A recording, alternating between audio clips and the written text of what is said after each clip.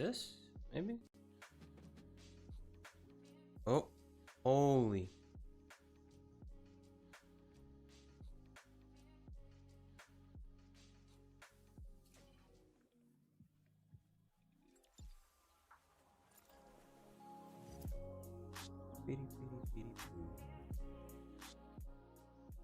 I guess.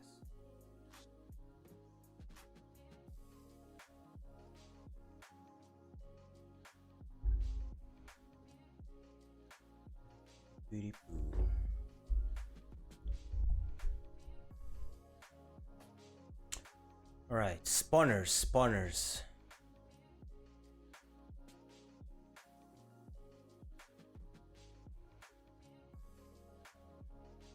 The circle thing, I don't get what it's doing.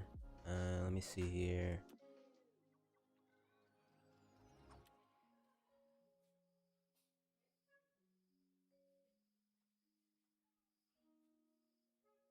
Right.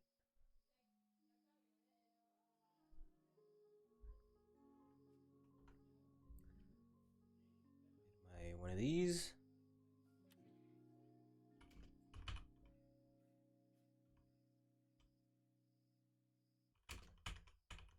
A lot of changes here already? No. On the main and on the spawner itself. Right. Oh, look at my stuff. So, can you explain the... How do you write it? Square? Square root? Square root in the random point in circle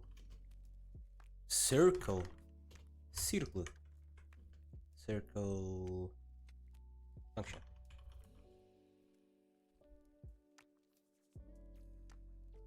Absolutely, and that is a great question.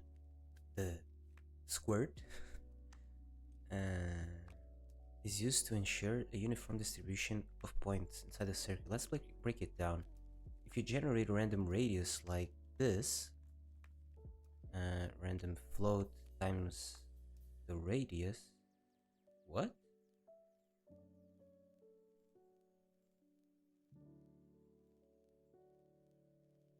Right.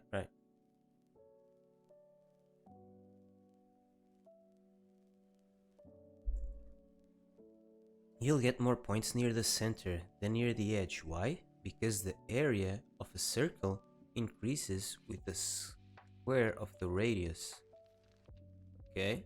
So the area of the circle with radius, this is this and this is this, right? There's 4 times more area in the outer half of the circle than in the inner half. But if you just use the points are evenly spread the radius, so the density is uneven, you'll get a clump in the middle. I get it, I guess. You make it so larger numbers always appear. The graphic of the random numbers that you are generating is an exponential one. So you get more points towards the end, which is good because there's more area towards the end. Okay. I see.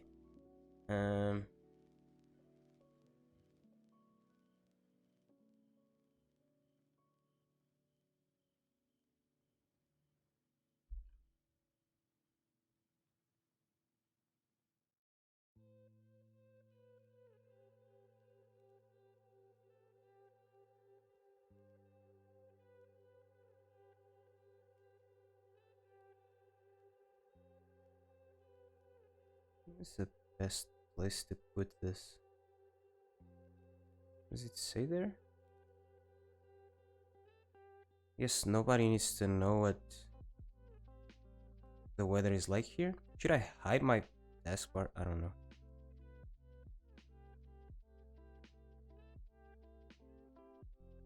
Whatever. Okay, I get this. And here I get this as well. But I don't think it's working very well.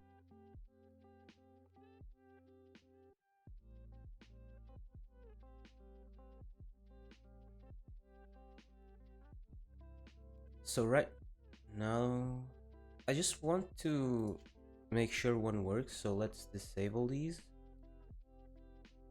Right, just so we try it out with only one spawner, right? This is the circle one. And I think it's working pretty well. Enemies seem to spawn.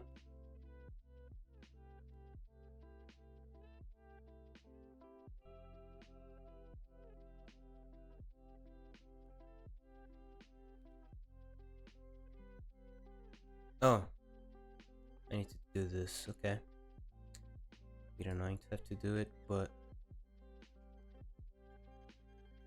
there, here, here, here, here, here. Yeah, I think the circle is working perfect. But let's say I have a rectangle. And let's make it big. Alt? Alt just does. Okay, let's see if I can get it to spawn across a certain length. Let's see if I can get him all to spawn on this line, you know? If it works. Spawn. Is it spawning on the same level? Is it spawning all on this? Let's do the X or the Y smaller so we can see what is going on. Selection tool. Okay, way thinner. So it's easier to understand if they're all with the same, with the desired Y. That guy was too close to me. Okay, so it should spawn all over here. Yeah, it works, I think. I think it works. I don't see why it wouldn't work, but should try it nonetheless. Let's try a very tall and thin one now. And see if they all spawn here in the middle. So they all should spawn about spawning here or whatever.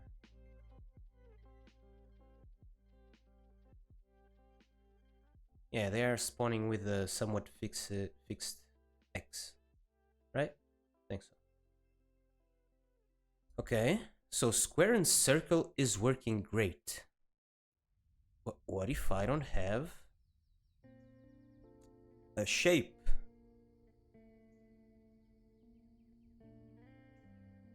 Oh, they're all spawning there. That's perfect. It's working great.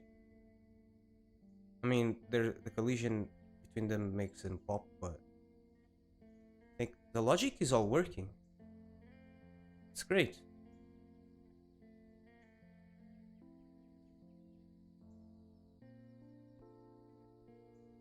Oh, if I don't have a shape, if I have a different shape, I'll just return its location, I guess, because it just skips all of this.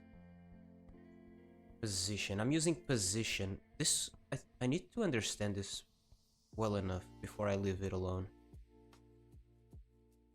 Because I messed around with global position and with position and not sure. I don't know if I used global position here if it would work. Enemy position. That's one position. But that is the position relative to its parent, right? And this vector is just a vector relative to the position of the spawner. The position of the spawner, it's going to be like a global position actually. But I can't, like, if I use global position here, I think I need to, let's say I use global position here and here and here, right? This way I think enemies are not going to spawn over here. I have two things there? What? Oh,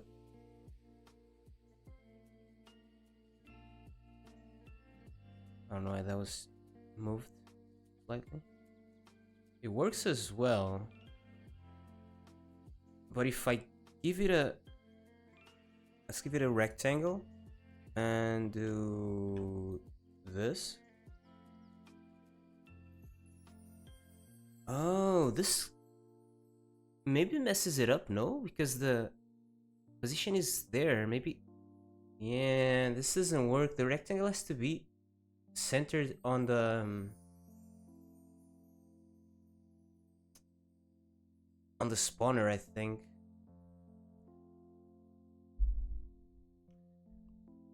Let me try doing this, because I think that it's going...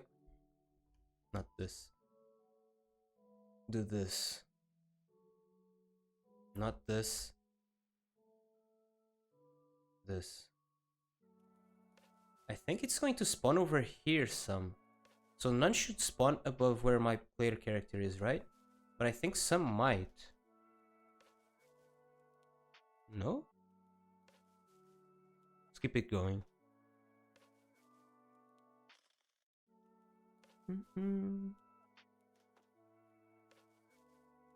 Hey, hello. Conroll? Conroll? How are you doing? I'm great, thanks.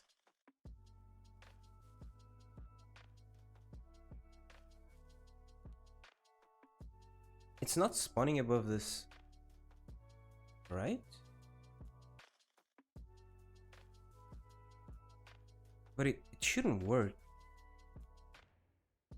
I don't know why it is working. Or maybe...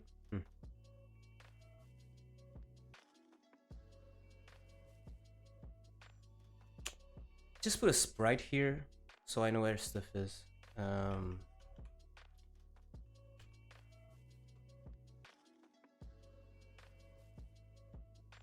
This is fine. So enemies shouldn't spawn above this. Why?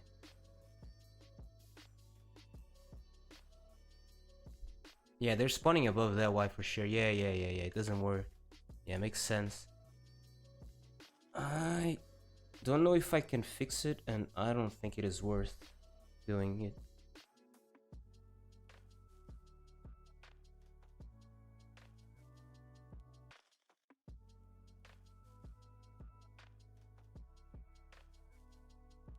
The size. What's the size of a rectangle? Let me see. Rectangle shape.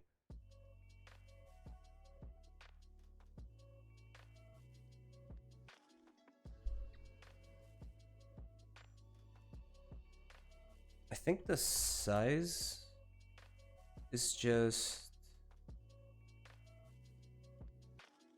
a vector that goes from here to here, maybe, no?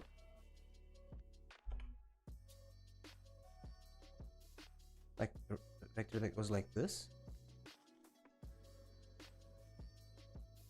So we need to always have it centered. Just write it here, I guess. No, not metadata. Editor description.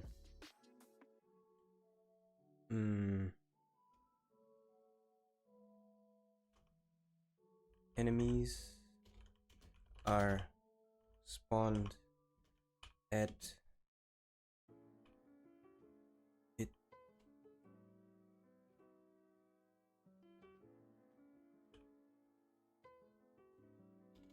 its position. Enemies are spawned at its position. If no collision shape is provided, collision shape needs to be centered Um,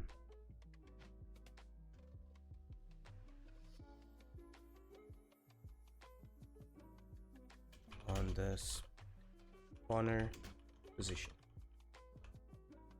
There.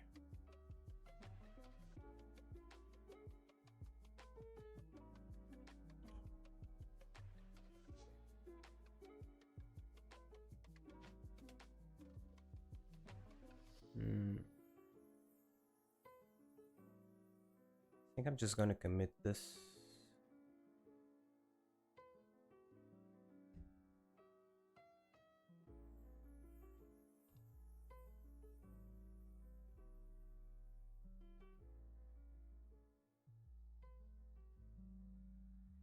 Why did a guy spawn here though? It's way off. I should actually just add a camera. Maybe there are some weird offsets going on because I don't have a camera.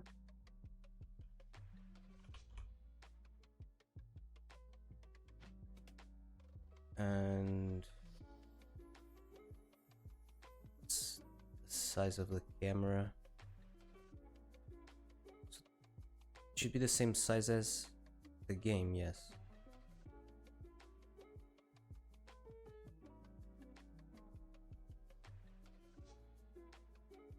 But why is there a guy appearing here? Oh, wait. On the first iteration, the collider isn't ready, but it should just spawn them here. Why is it spawning over here? The hell?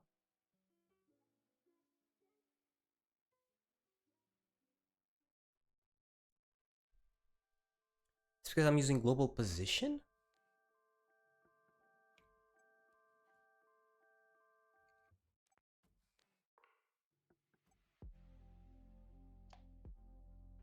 No, right? I mean, I can try with position.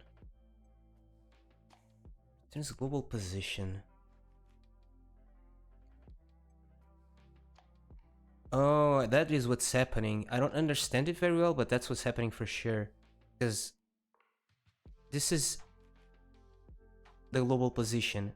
And when I set the position of the child, it adds this vector to it. That's why it's spawning over here. So I can use global position when defining the position of the spawned enemy, but the position that I return has to be... Wait.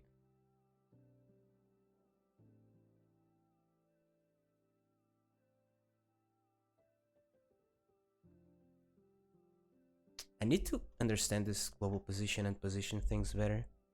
Global position. See also position. That's it?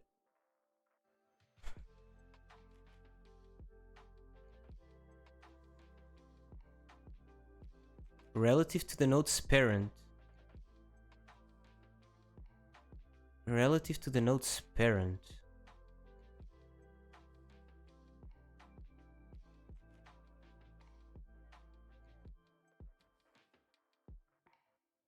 In this case, it is the same, right? Because the main is at the center. So it will be the same, but why is it... I mean, let's make the change to the script and see if it actually fixes it. Because maybe I'm just talking nonsense here. No, the guy spawned over there as well. I spawned over there. So when I have the rectangle loaded,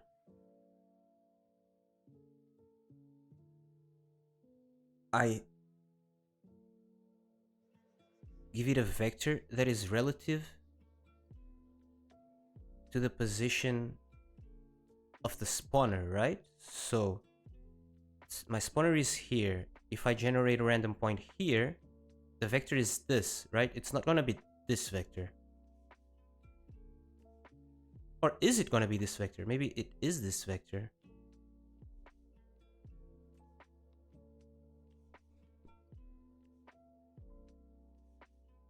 Can I get an idea if I print the value?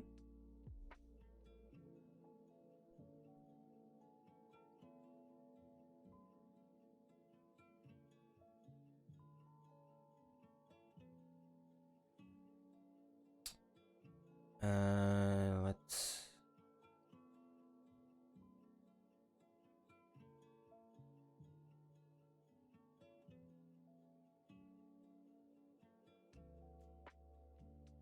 I just...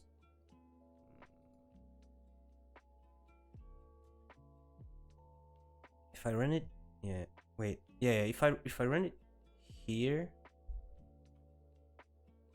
it should give me a good idea of what's going on.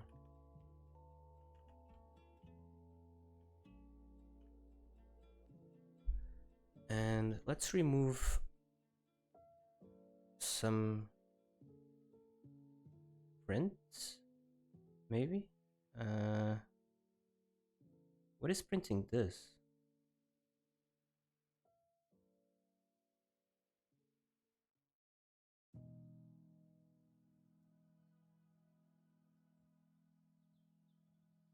Where am I printing that? What? I'm printing shape somewhere, but I don't see it. Oh, here, shape. Let's do this.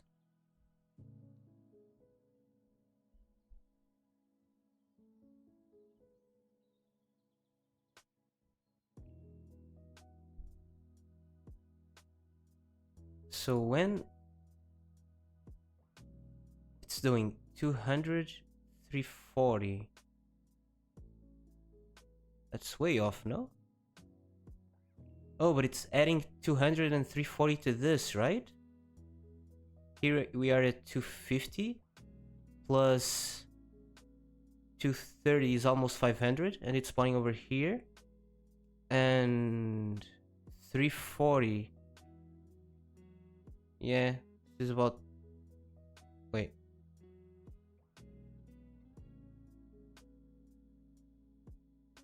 One, two, three, 4, 5, 6, 7, 8, 9, 10. Okay. 6, 700. And this is what? 400, right? 400 plus 300 is about 700. Okay. So that is what's going on. And then when I have a rectangle, it adds on top of this. So, right, when I spawn it, when I don't have a... But it was actually spawning them at the right place when I tried removing the collider, right? See, it should spawn them all over there. Oh, but I don't have the position of the collider yet, right? Right. Wait, it's spawning them all over there. Then it's not working well. Then I have to change it. I thought it was working at some point, but it's not. Then the position...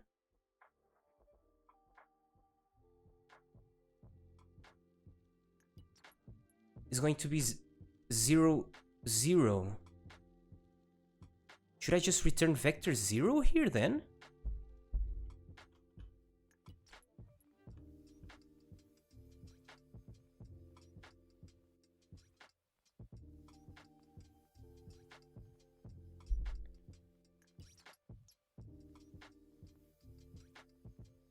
Yeah, it's because this Huh.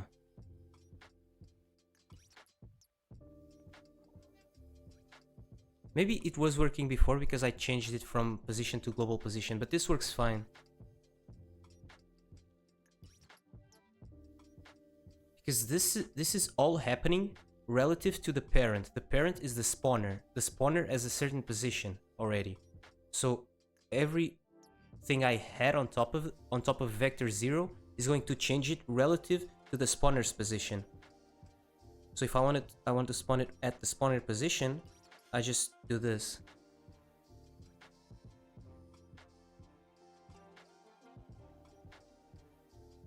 Should I add a comment here?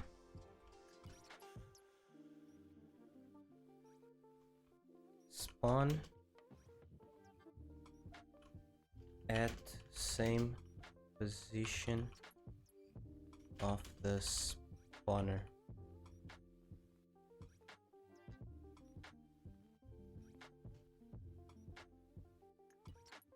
Or just do this, I guess. Same position of the spawner.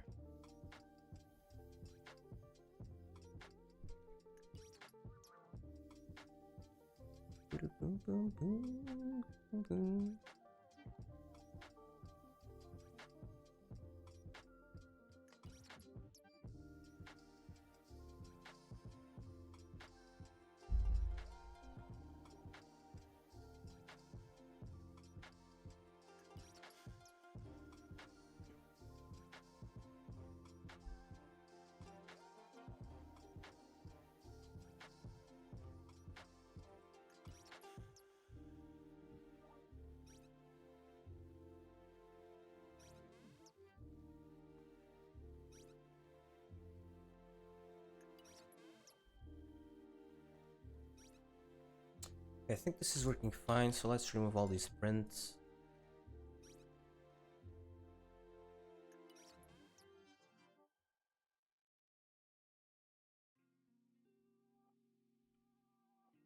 Wait, what? What did I do? Oh.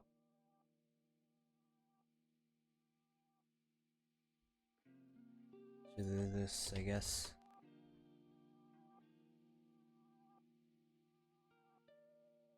Did I put it in an else just to make it more obvious?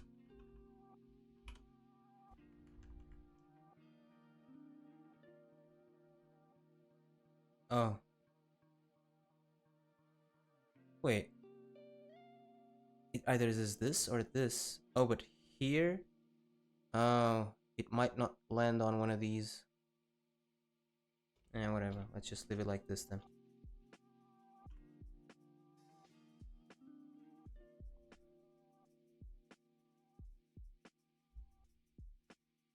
Okay, I think I'm happy with the spawners.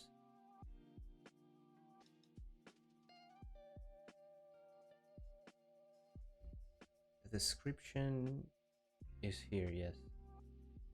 I don't know why it creates so much space between the two lines. Maybe...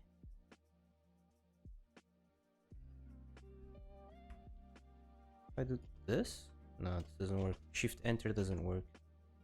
To do enter. It's really weird, but the info is there, I guess, at least.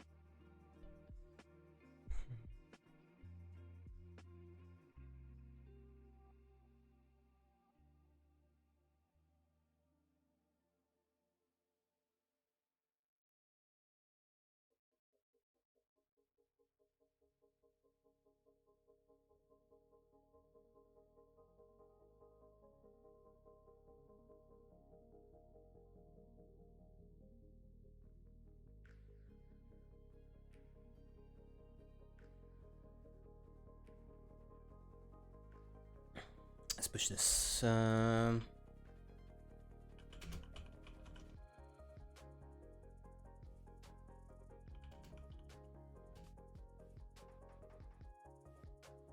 was thinking something about the ease of use of the spawners.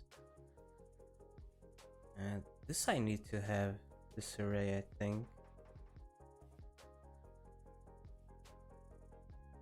Spawner itself doesn't have any property. Wait. What? on the spawner, I'm assigning the player, no? Where is that?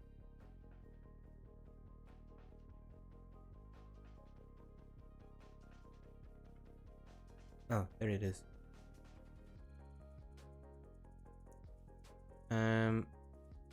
Then I'll add some more stuff here.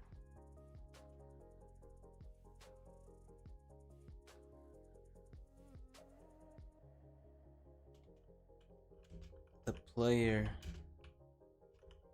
must be assigned to the spawner.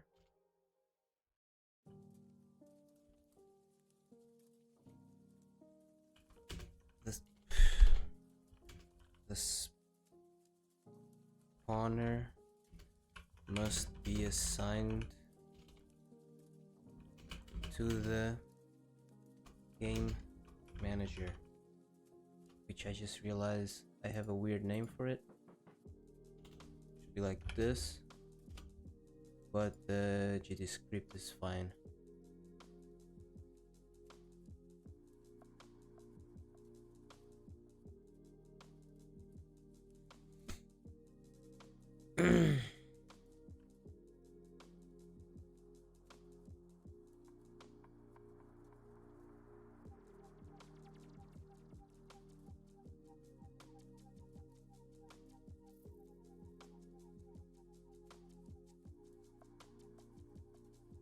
Enemies are spawned at its position if no collision shape is provided. Collision shape needs to be centered on the spawner position. Player must be assigned to the spawner. Spawner must be assigned to the game manager. It's a lot of conditions for it to work properly. But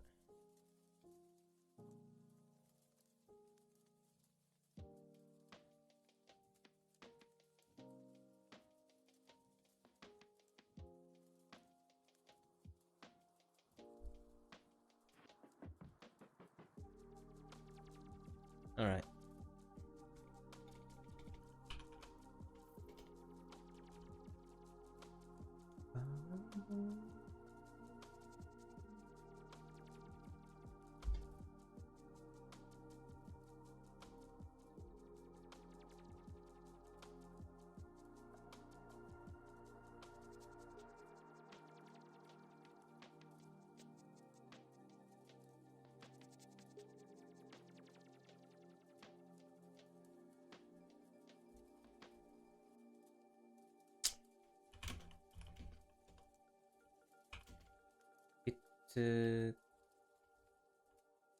Commit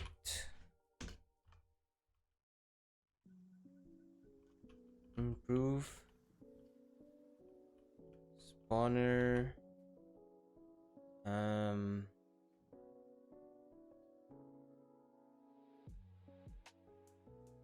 logic, whatever.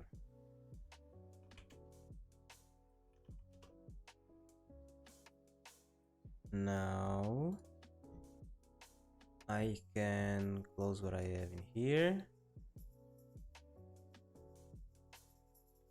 It's done. And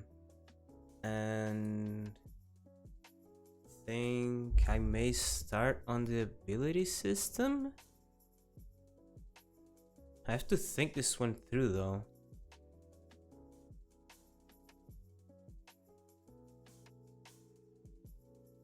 No. This way. Oof. Like I said yesterday, the day before, I think I'm going to do it in a way where I implement one ability. I try to make it somewhat generic, I guess. So I want to implement a dash ability.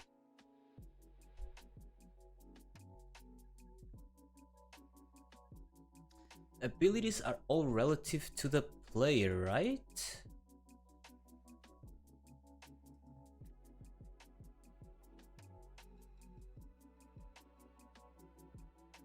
So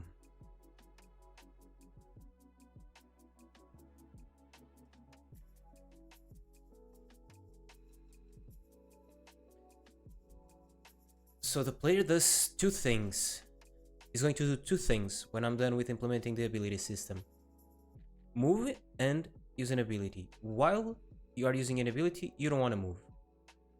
And you want to stop moving when you use an ability. So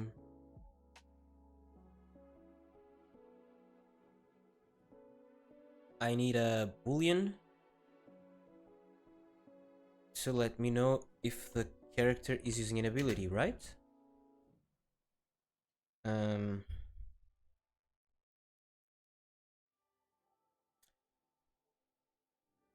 The player might also be unable to move if it has a negative status effect.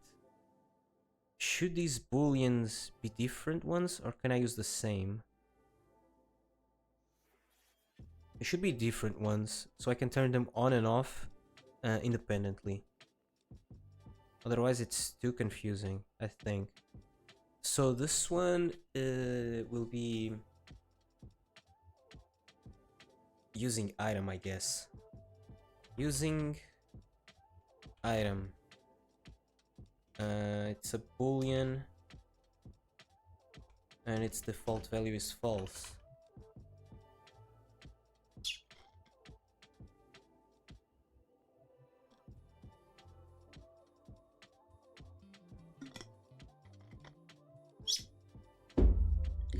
Then when I'm using an item, I don't take any inputs. So this only happens if not using item.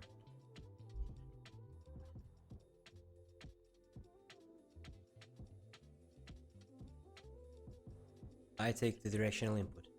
Additionally to taking the directional input, when I'm using an item, when I'm not using an item, I want to take directional input and I want to see if I'm using an item. Using an item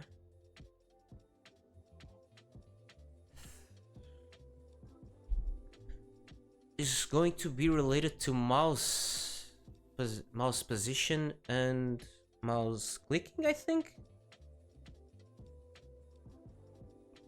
Like dashing, for example, could take only your directional input. This is really important.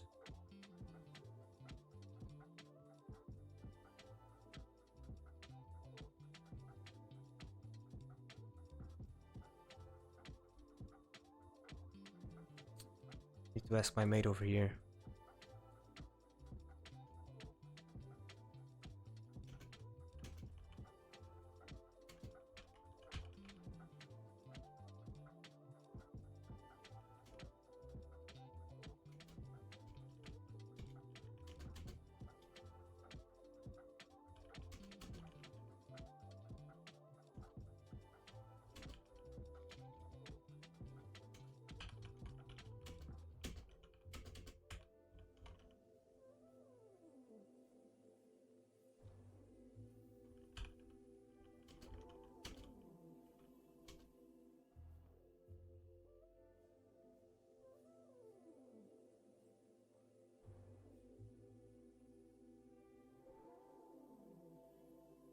Hey there, lead shekel Shekalnji? Lead Shekalnjin. Oh my god, sorry.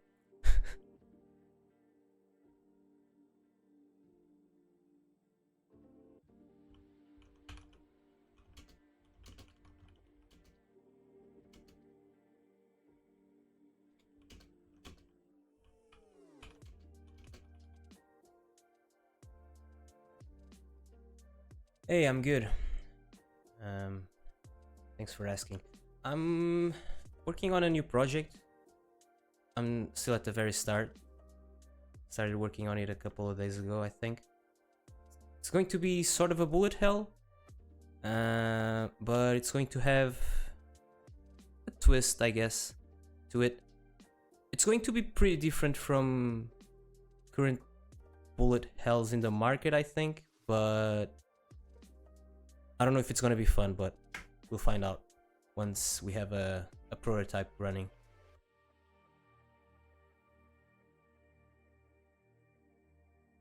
Actually, my friend and I got into a game jam like a week ago, and we kind of liked what was going on there, so we decided to try to expand on it a bit. I have to implement an ability system now, or an item system, whatever you want to call it, but I'm actually not sure how we are going to do controls, if it's going to be mouse and keyboard or like only keyboard. And I'm asking my friend now, but he's on a very different time zone, so he's probably still sleeping. So I think I'm just gonna take keyboard input for now, which is simpler, and then I'll change it if I need to. So if I'm not using an item, I take inputs for direction, but I should take inputs for item usage before I take inputs for direction.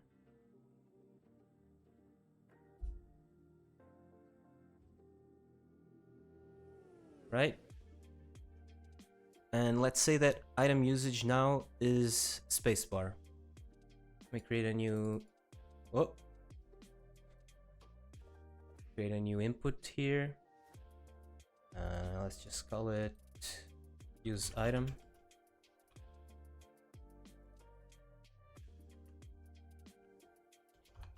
Snake case.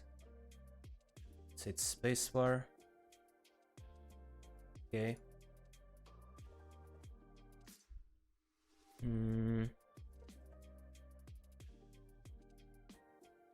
So how do I do this? If input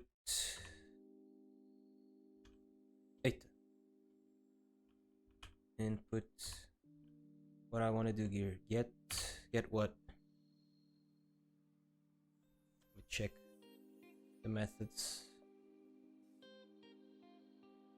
Action press. This is optional, right? I guess I want action press. Yeah. So if input get action, not action string.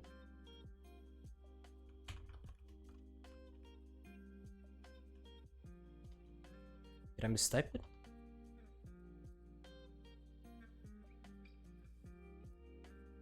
Oh, not get action pressed. It's just action pressed.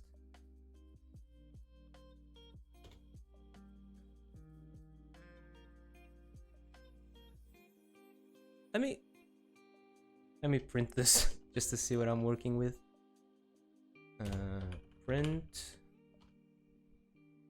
input action pressed.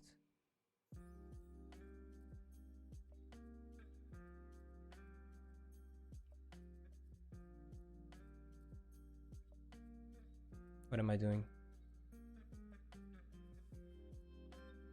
It's gonna be 2D, yeah. 2D and pixel art. My friend is the one working on the pixel art.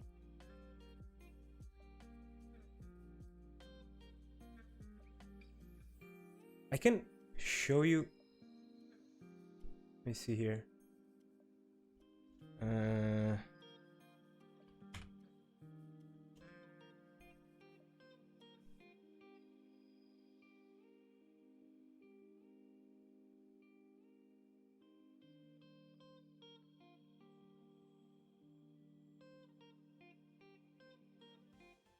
Here. So he did the pixel art for this. And it's going to be something like this. The game. I mean, this is the base concept. We're gonna change it up a bit. But it's a bullet hell with a bunch of cats. Yeah, it looks really good. He did this like really fast. Because it was just over the weekend. And yeah, it's pretty good. Especially since he doesn't have a lot of experience with it.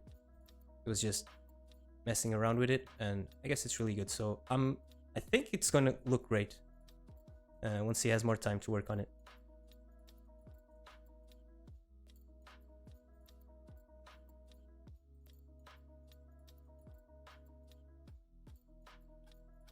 can only do 3D. I'm lost with pixel art. I mean, for me, I'm terrible at both, but I would say 3D is harder. But I mean, I think the baseline for pixel art is easier, right? If you want to get really good pixel art, maybe it's harder than 3D. But I think if you just want to do something simple, pixel art is easier, in my opinion. I don't know. I mean, depends on what you're used to or stuff like that. I don't know.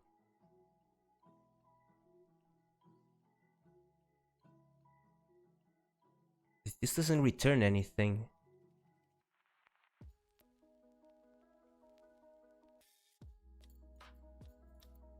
Is action just pressed? That's the one I want. Is action just pressed? Wait, what's the difference between is action just pressed and is action pressed? Takes the action, exact match. Yes, yes. Exact match? What if you don't do exact match? Like, what can trigger action is pressed when exact match is turned off? Returns true when the user has started pressing an action event in the current frame or physics tick. It will only return true on the frame or tick that the user pressed down the button. Okay. Useful for code that needs to run only once when the action is pressed. That's what I want, I think. If exact match is false, it ignores additional input modifiers. For input event key...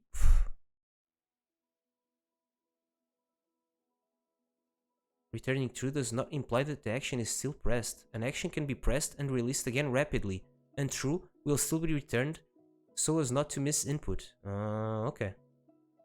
What about is action pressed? Returns true if you are pressing the action event. Right. Right now I just need it to be true on one frame.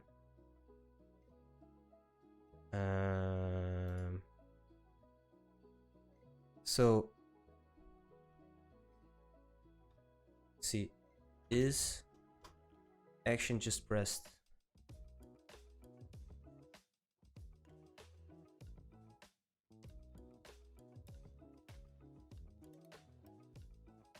Too few arguments. Oh, obviously.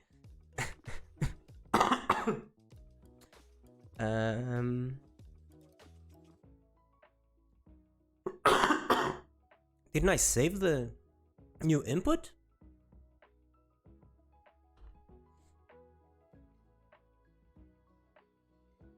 Use item space. Why is it not showing up? Is this alphabetical? There it is, use item. I wasn't seeing it. I guess it was mixed between the UI stuff. So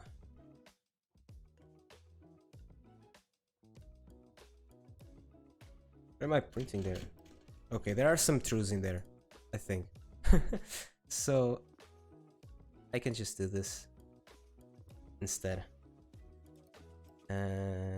This.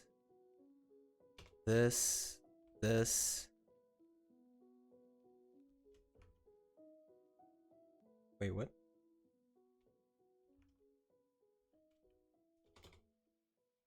Hehe.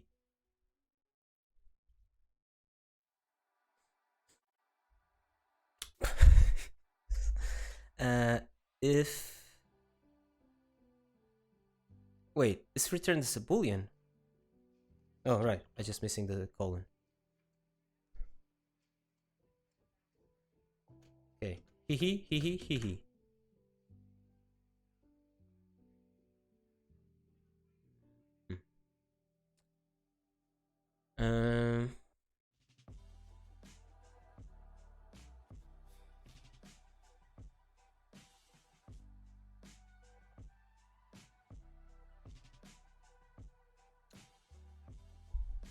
So I'll just have for now Later I'll work on having multiple options, but for now I'm just gonna implement a dash.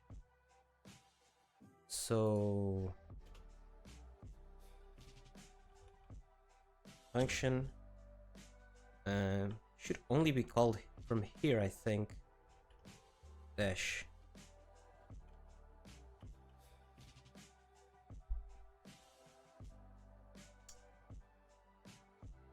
Here I'm gonna call dash.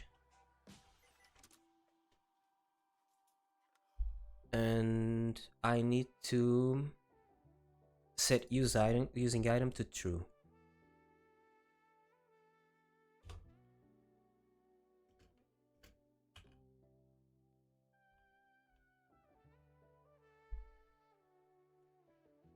Hey, Infermigo.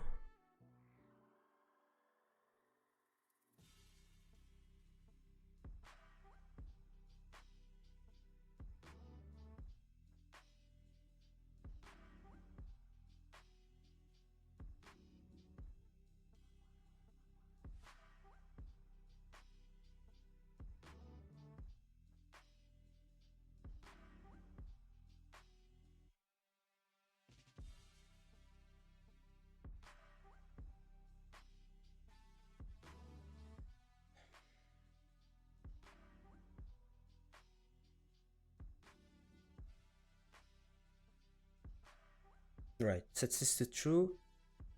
And now it doesn't get in here, but this I don't want this to run. Alright, so else. Else I take in the movement. If I don't want to use an item. Okay. Makes sense. Let's just try this out. So if I'm moving and I press space, okay. I stop moving because I'm not changing it back to true. So I need a not enemy, the player. Player needs a timer, right?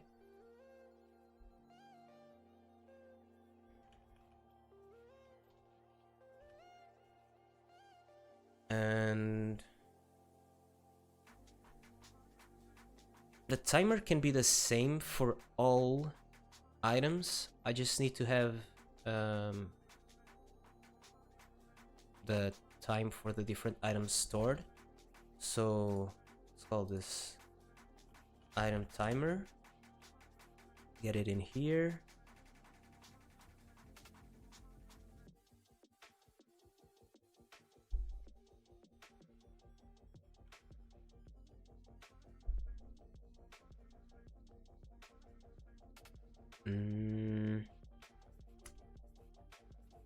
Item timer start. And how will I store the cooldowns? What's up? All good. Everything's going great. How about you? Just working on a new project here, which is sort of a bullet hell kind of thing, I think. I don't know, still prototyping. See where it goes. How do I store the cooldowns? Abilities or items are probably gonna have a lot of properties, so it should be a dictionary, right?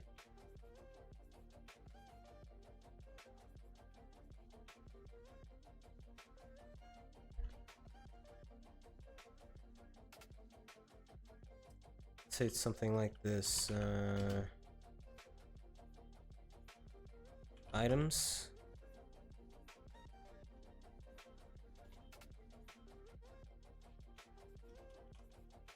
Dictionary.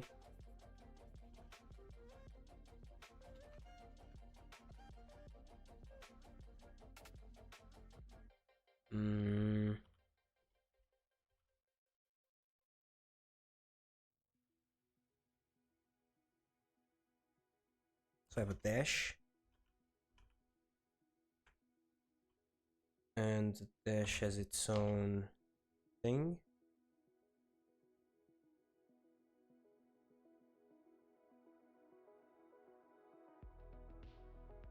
Can I do it in a way where I make sure the abilities have all the right properties.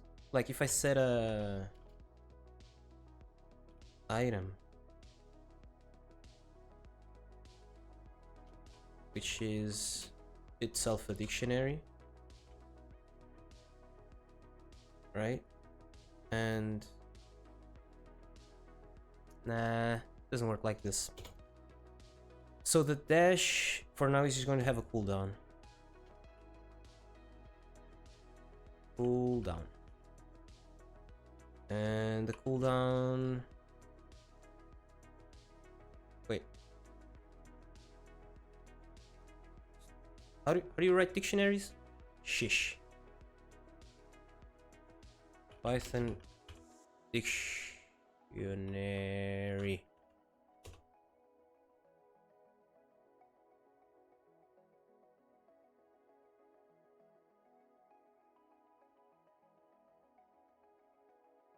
Right. It's like this.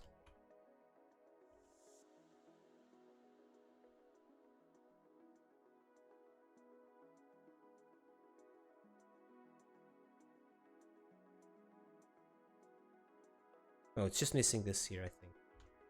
Right? Yes. So cooldown 1, sure. And then when I start the timer, right now since I'm doing dash, I'm just gonna do items dash. Wait. Items dash.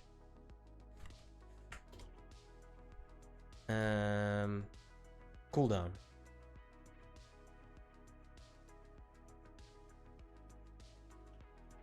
All this dictionary stuff is not very robust, maybe.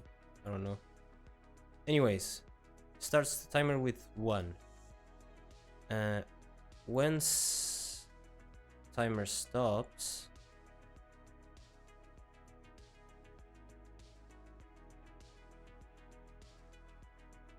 I set using item to false. Okay.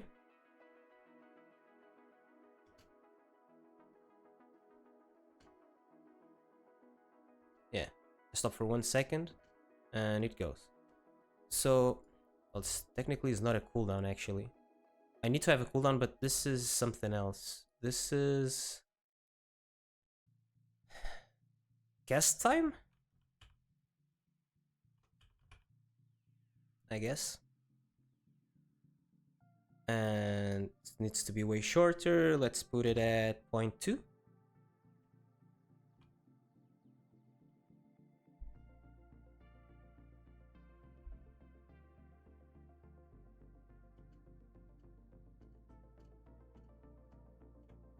Okay. Now, the dash itself. The dash, oof, the dash should take in the direction. Actually. Let's get this way up here. No. Let's get this here. Yeah. If you're using an item right now, I don't want to take an input. Maybe later I will want to take an input, I don't know, but okay, let's have the direction and we pass the direction to the dash. And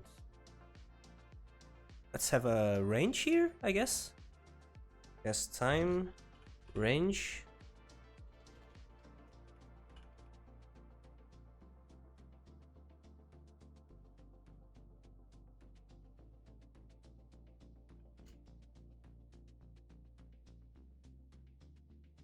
The range is going to be a vector, right?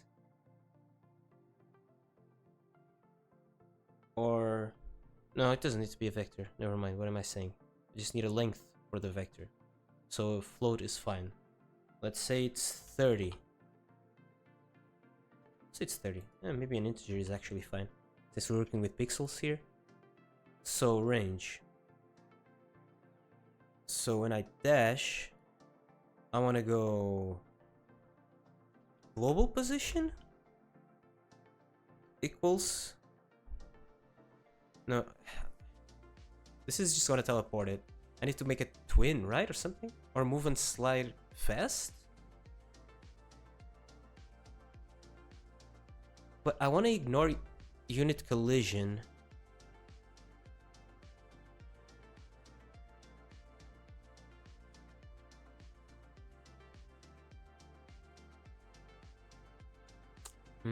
I want to ignore collision, but only temporarily.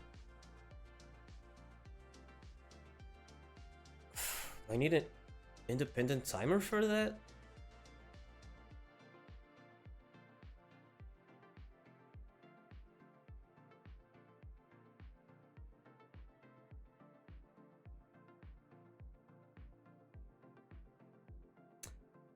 Sure, no problem.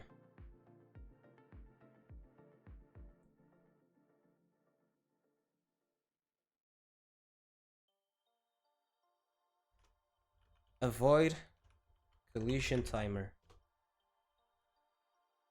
Get it up in here. Wait. Up in here. Avoid collision timer. We...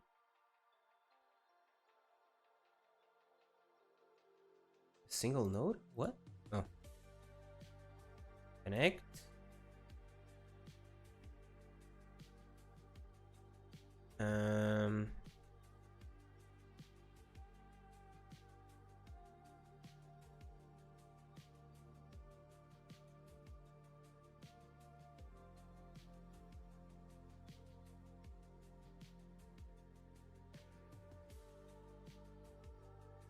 I need to bring this in as well. Holy, so much stuff. Collision shape. Yes.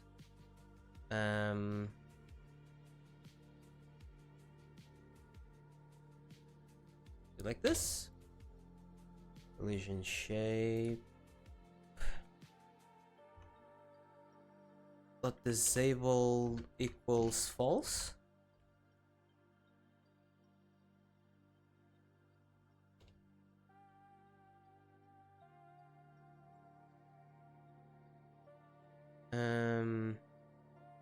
So I do collision true. I mean disable the collider, and I start a timer. Avoid collision timer. Start, and it needs to start with the same amount of time it uses the. It's not a cast time, really. Whatever. It is. Depends on type of game. I guess you can call it a cast time. And then the global position. Oh, the dash takes in the direction. Why is this not triggering an error here? I'm passing in a parameter here, and I'm not expecting a parameter here. Direction. And this is a... This is a vector 2. Right, and then global position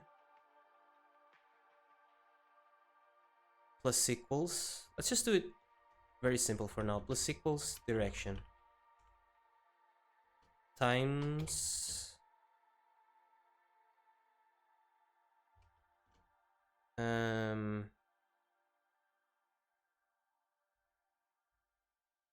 range, I think is what I have here. Okay.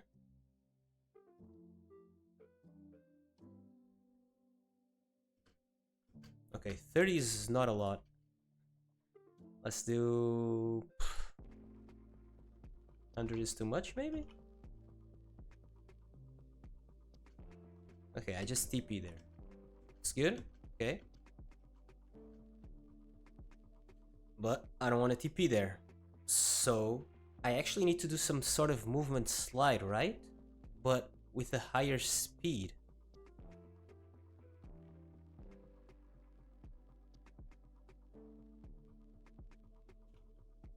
No? Move move and slide.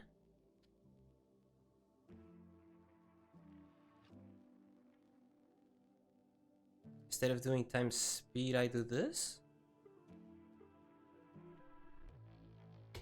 But the character's speed is 200. So I need it to be way faster, right? So I need it to be like 400? Even more, like 600. 3 times as fast. It's not too fast, I think.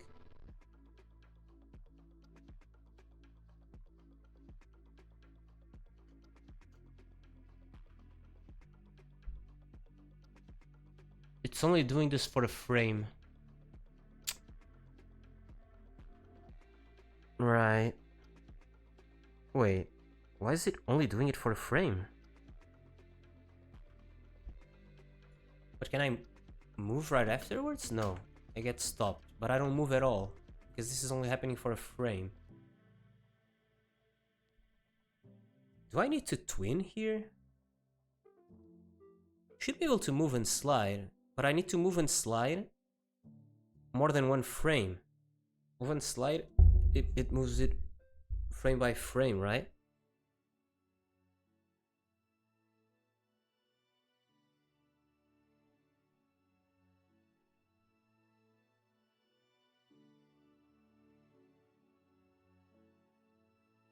But I don't want to, on physics process, every time check if I'm dashing and move according to the dash, right? I should just twin. How do twins work?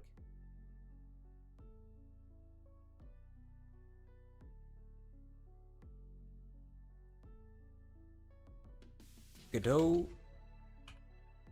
Tween... Tween. Used for general purpose animation via script using tweeners.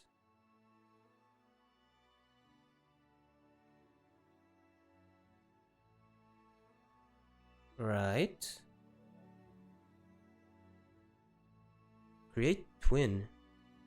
Twin property. Twin property.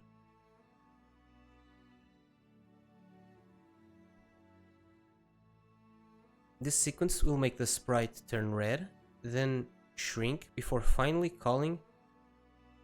Ah. So it goes to the sprite. Modulate scale. Ah. See, so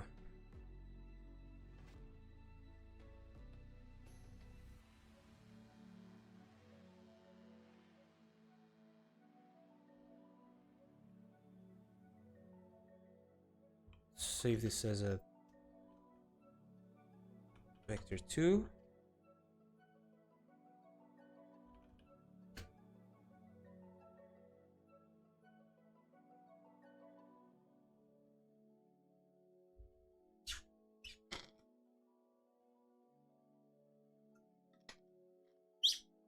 It's starting to get really warm.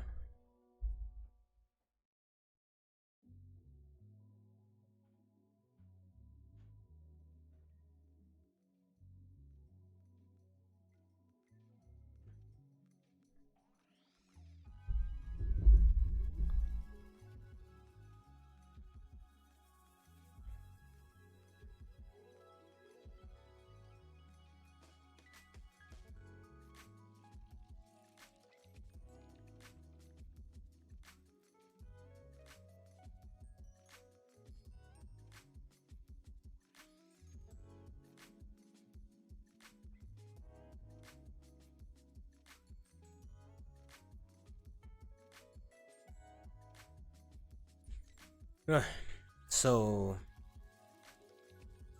I don't want to move and slide. I want a twin. Let's create a twin here. Twin. No. Var twin.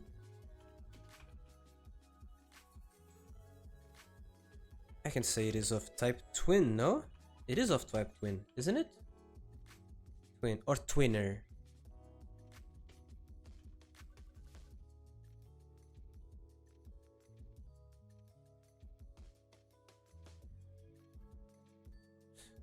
Let's do Just copy this here.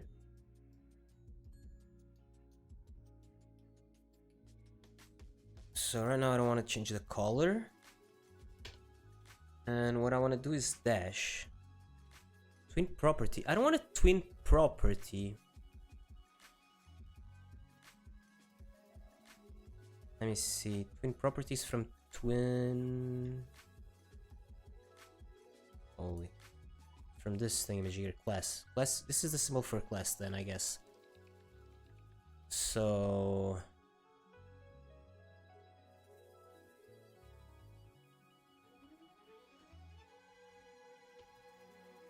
Twin. Okay. Create twin. Twin property.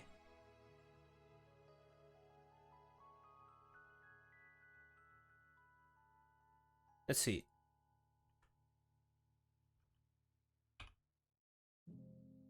Position. Oh, there we go. But it's not a property that I want to twin, right?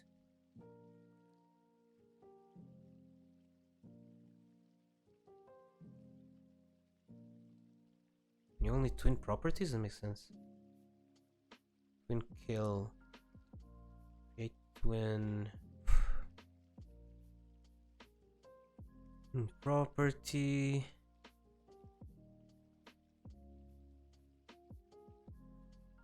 Methods.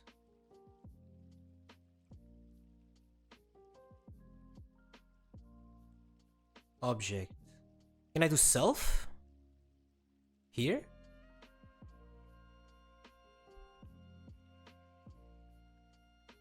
Self and what properties?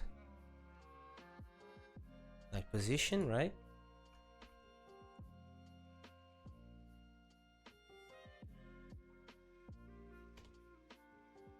And this is the starting value and this is the last value, right? So it starts at, say, global position and it ends with the dash.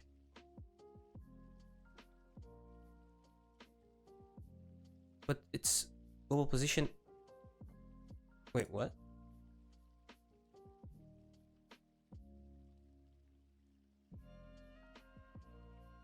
Oh, this is the end position, or this is the amount of change I wanna put on it, I guess. What is this last property then? What is this thing? Twin property. Duration. So the duration, I know. Duration is this.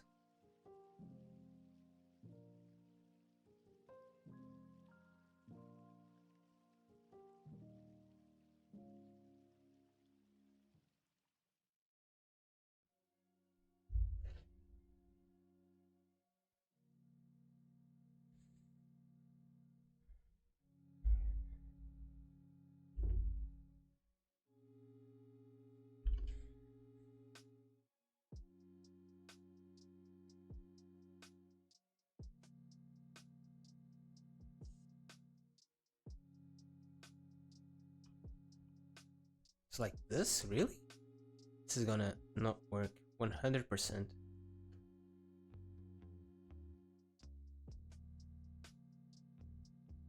Where'd it go? Okay.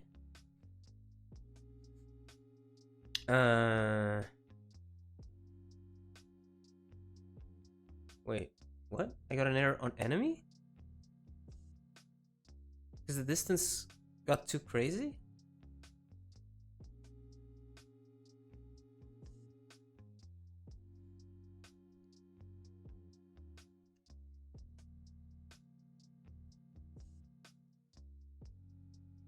Object. Property. Final value. Oh, okay. Final value. Okay.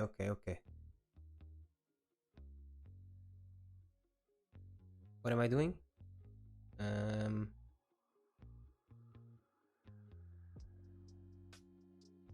Huh.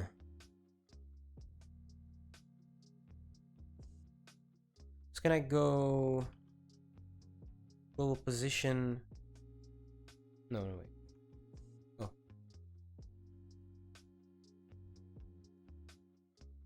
Position plus this. Dash target.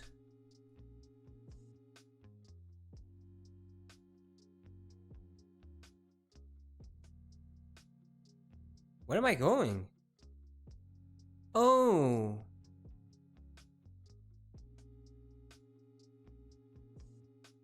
Previously freed. Then I don't want to do this queue free thing. Can I? Do I want to do this? Twin call back. Oh, this is just when the thingamajigger ends, destroy this. But in my case, I don't want to do that, right? No, no, no, no, no. But where the heck am I going? Oh, but... Okay, then I just need a lot less range, I guess. How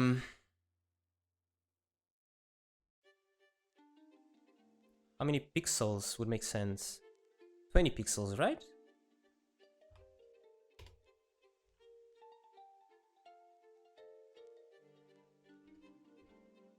No, 20 pixels does not make any sense. 100 pixels?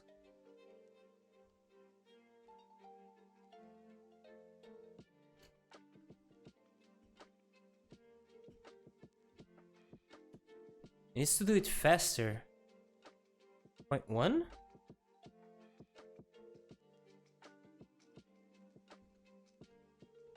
Point 1 is too fast. So let's say 120? 15 here? I mean, obviously this will have to be tweaked later, but I just want values that make me feel comfortable about what this is doing right now. Hoo-hoo! I have a dash!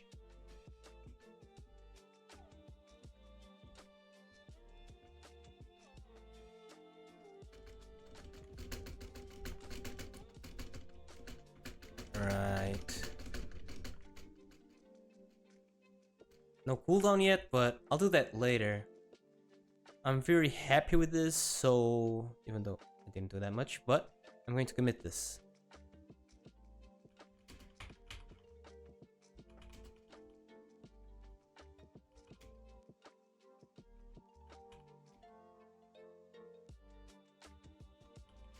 Add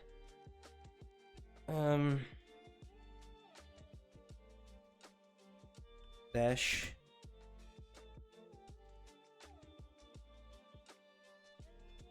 ability.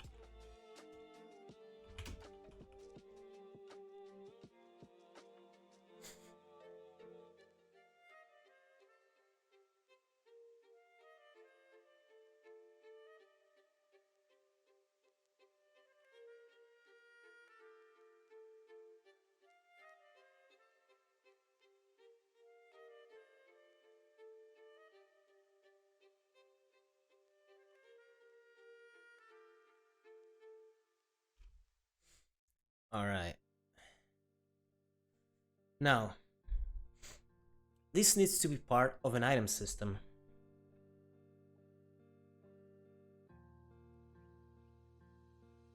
So I need a whole UI sort of thing, no?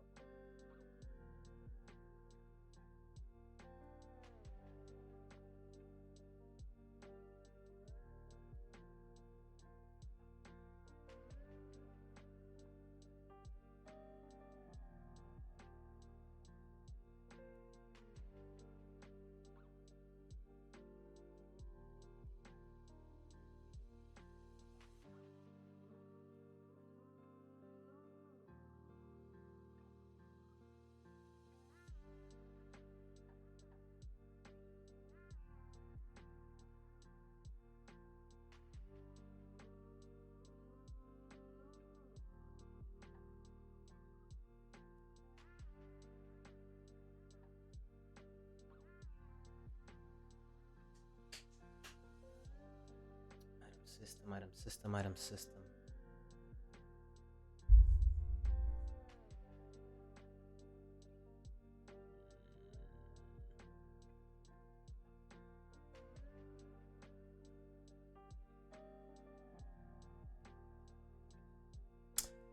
So how this work?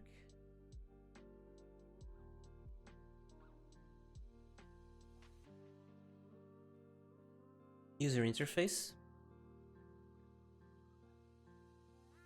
What? Where do I put stuff?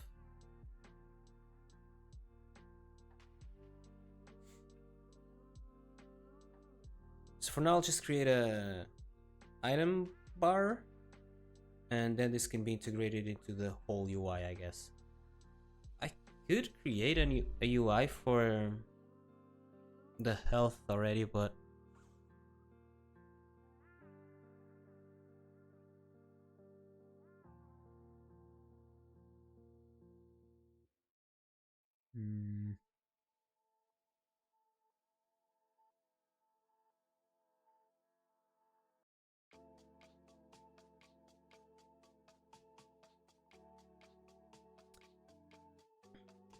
item bar. Then I can put sprites on this, right? Or what is the proper node type? For control, we have containers. I don't need a container. We have buttons, we have text, we have color rectangles.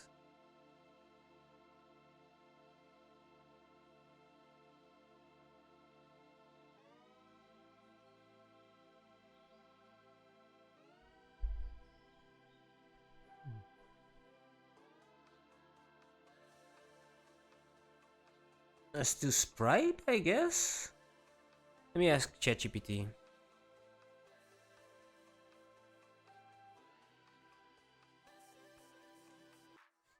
How do I add images to my UI in Godot? Can I just add sprite to these to a control node?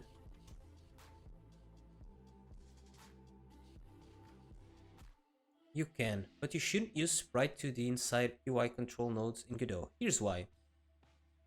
And what you use instead. Why not use sprite 2D in UI? Sprite 2D is a 2D node, not a UI node. It won't automatically scale a line or clip correctly when with your UI layout. It won't respect anchor margins. It behaves independently of the UI system. Proper way, use texture rect. If you're working with UI control nodes, the correct node to show images is control texture rect. Add child in the texture. Set the texture property to an image. Okay. So under control we have a texture rectangle.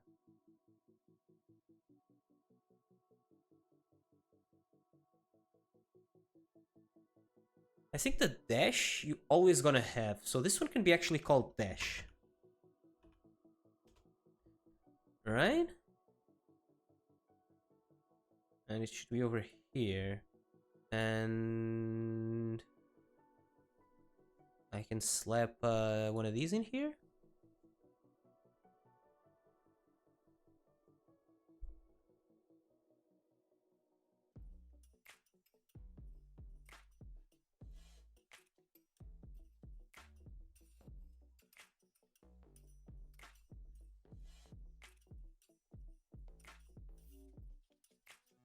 And then let's say, wait, let me change the color of this.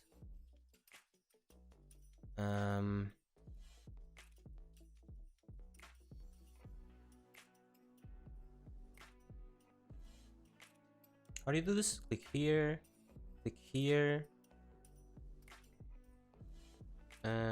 delete this thing. Here we color pick a nice blue, a nice blue, a nice blue.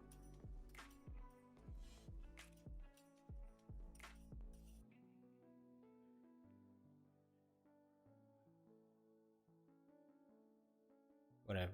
Doesn't matter. Okay.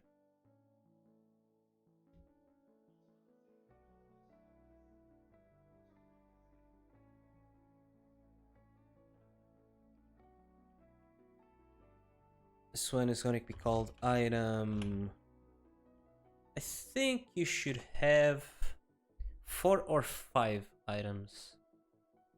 Let's say 4 items. Let's see, if you're moving with WASD, you have Q, E, R, and F. Spacebar to dash. For example, I'm just thinking about it. So 4 items. How do you do this? Shift, slide to the side.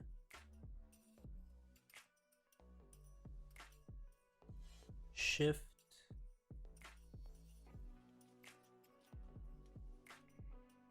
Shift. Shift. Actually, all of these be over here. Okay.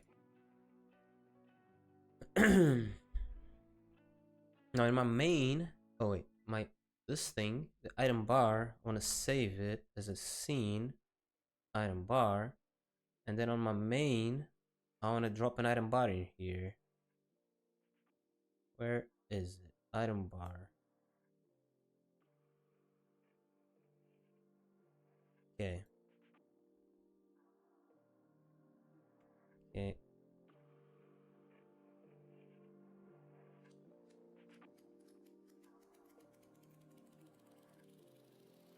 Seems good, I don't know.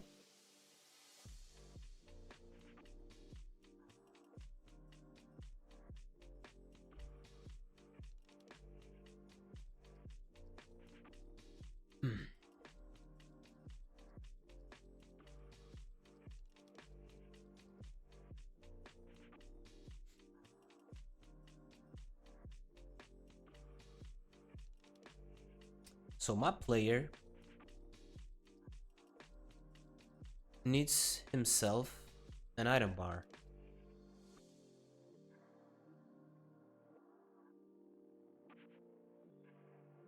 Can I just select 2 things?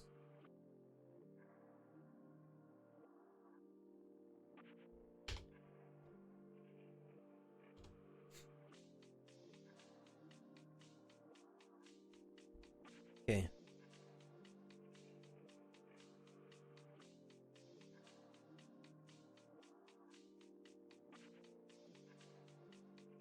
Should I get the item bar or get here all of the icons? I can't actually from here. Let's say we have an item bar. And then the item bar is going to have one of these. It's going to have a dash, for example. So let me just see if I can access it. When I dash, I want to go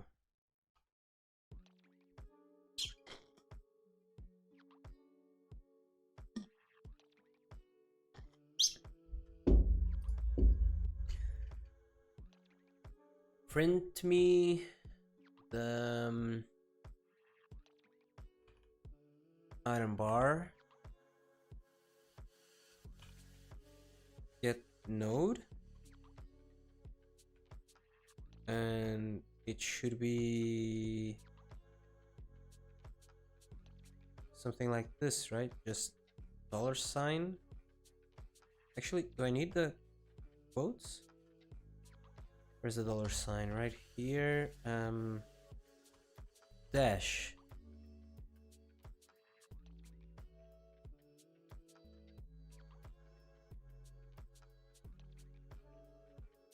Node path and node.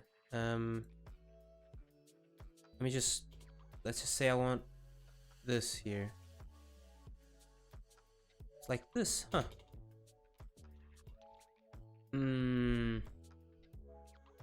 Why doesn't it work then?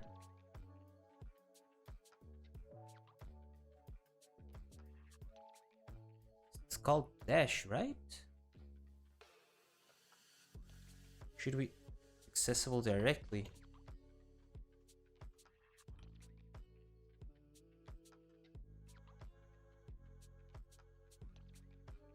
Oh, it's node path? So node path.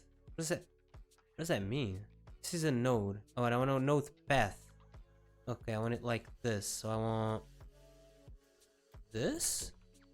Is this a node path? No.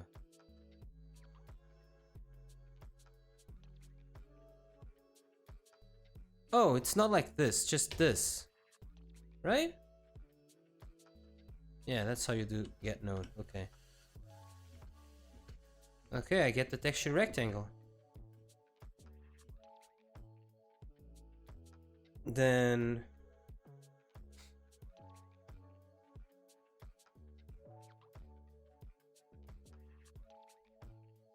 I wonder if I should get them all at ready, you know?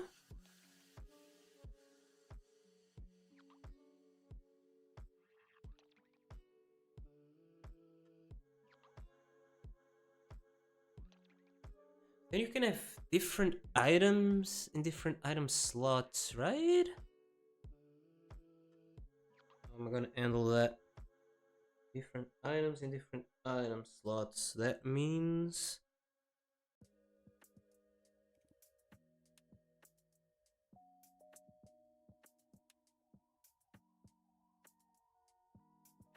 yeah, the item one is each item is going to have I think a majigger assigned to it, but that's a different story.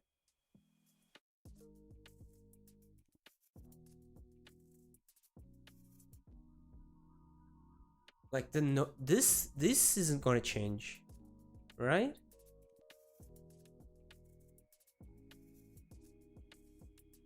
So let's say that on ready.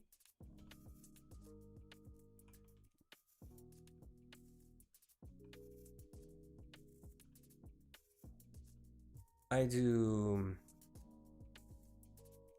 this.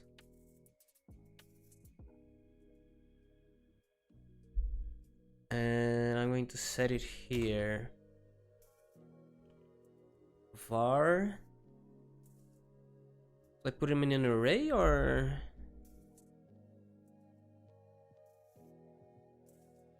Any num? Any num? No, no. Not any num.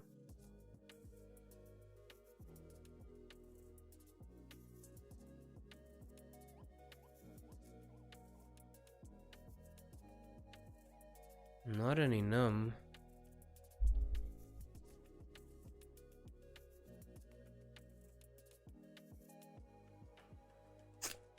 Just it's triggering me having like 4 or 5 different variables here for each icon.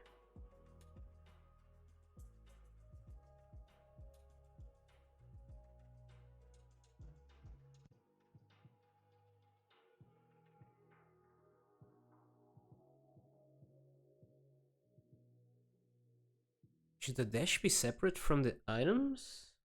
No.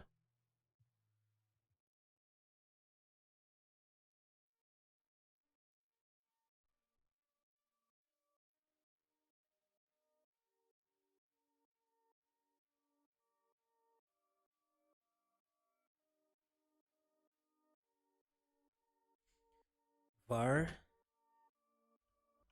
dash icon. It's a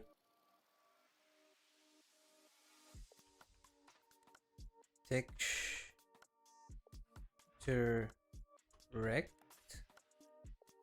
right? And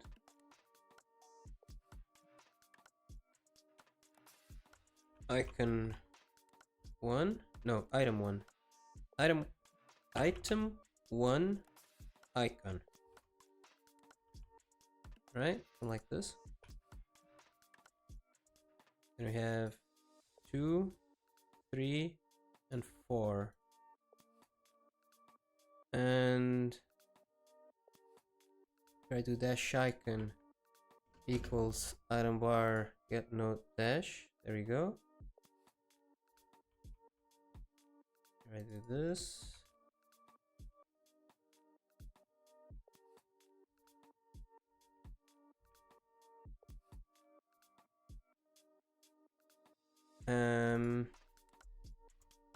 Item 1, item 2, item 3, item 4.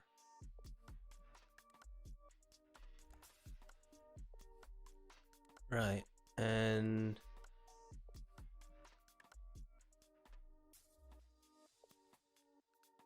when I'm doing the dash,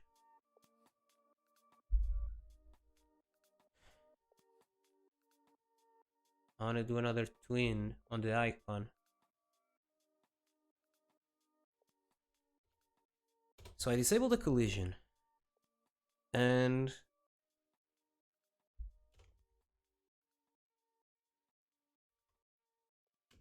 manage collision changes. A key.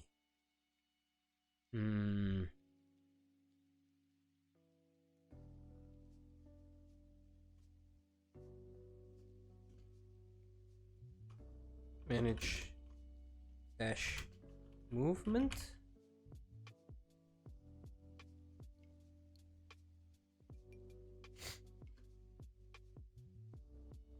Manage icon changes.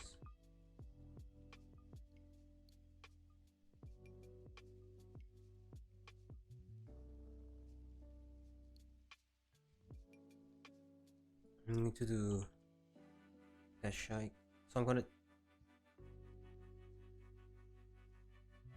I know it's a text rectangle, so I should be able to get its texture.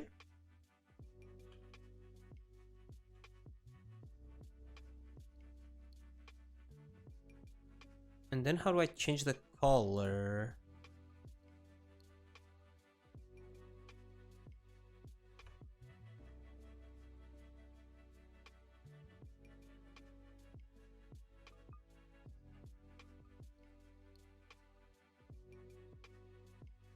Or modulate?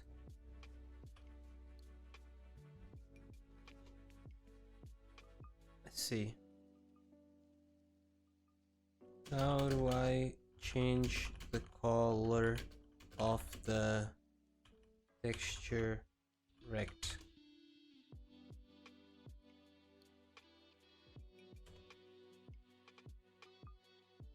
Great question. Texture rect in Godot doesn't directly support tinting, color change, like Sprite 2D does. Great. But you still have a few solid options. Option 1, use canvas item material. By assigning a material that modulates its color.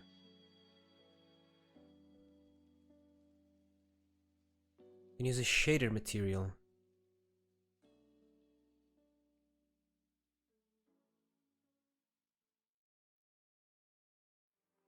Color rect? Behind or on top?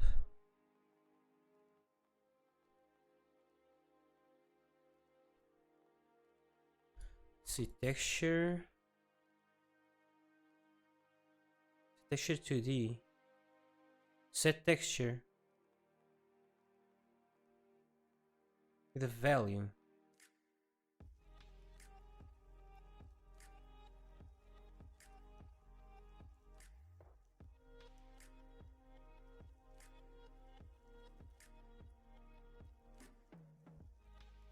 Can I set the texture to a gradient texture 2D?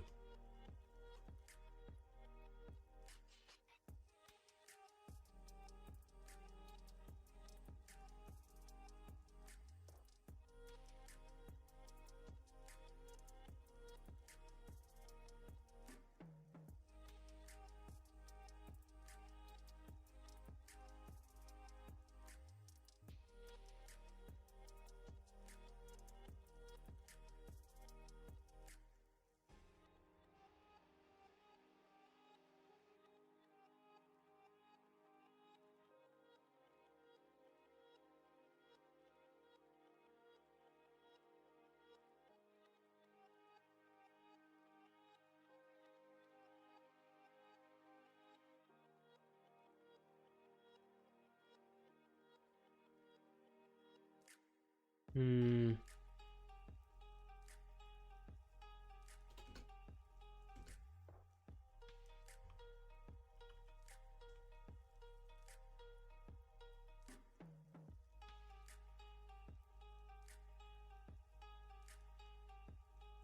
What if I just do this?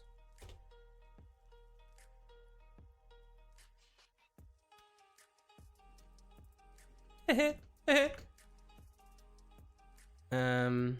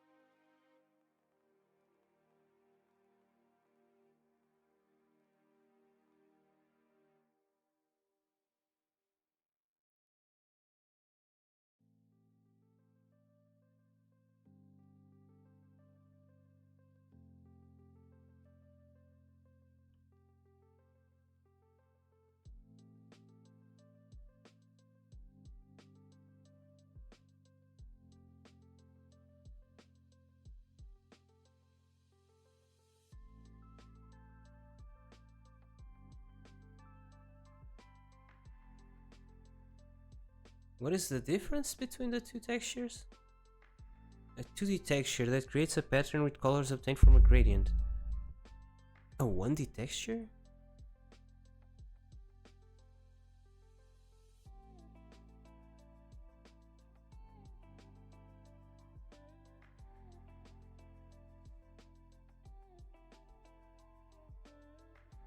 Is there something simpler than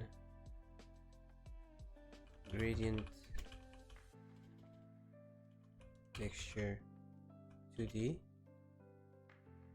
Just so I can have one color?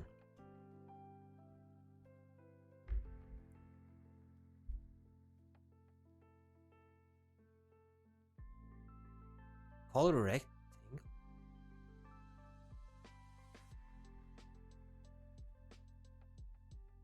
Color rectangle.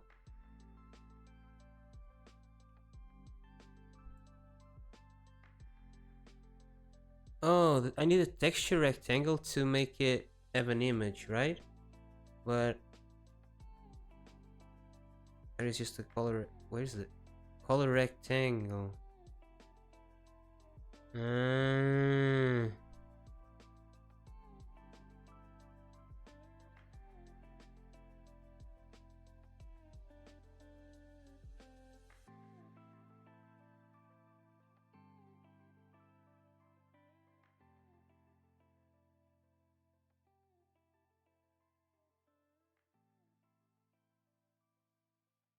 Oh, I can do modulate on the texture rectangle. Wait.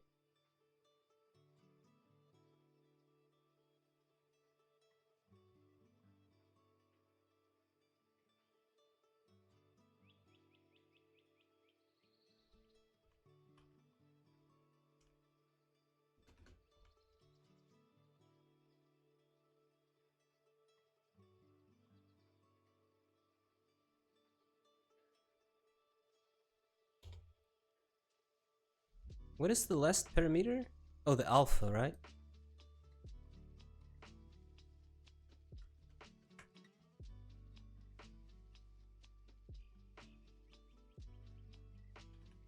Texture? Modulate?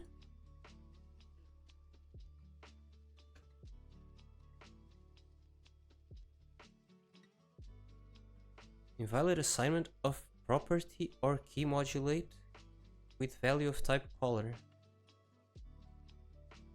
Oh, okay.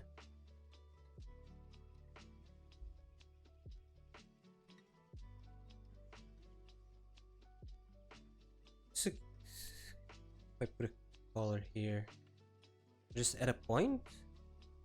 How did it do it here?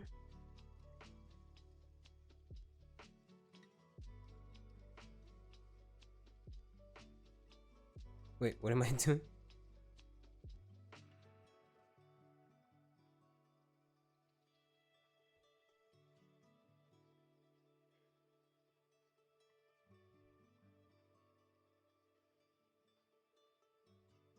Oh. Wait.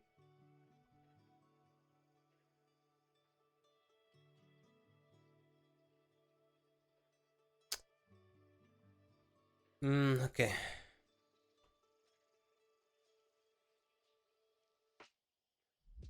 Create a gradient then.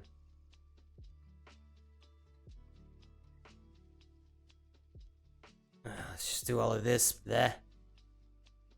Just at one point, red. Gradient and at point red.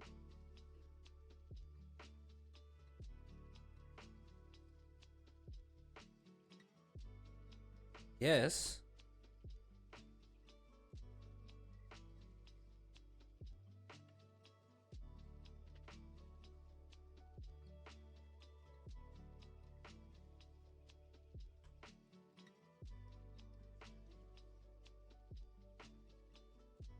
Text width? What? Why do I have to set the width?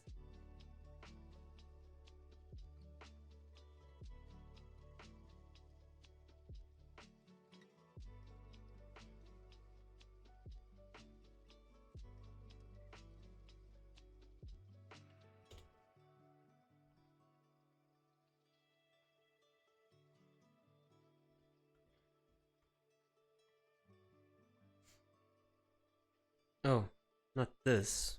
This.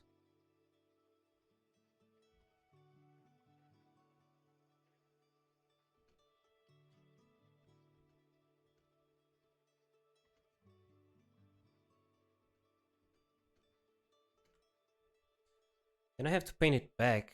It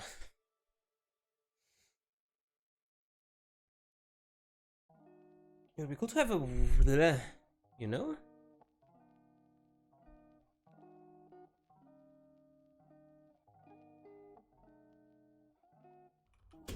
You know, those timer things where the ability gets faded and regains its normal color as the fade disappears. It disappears in a block-like fashion. Circular cooldowns, exactly. Texture progress node.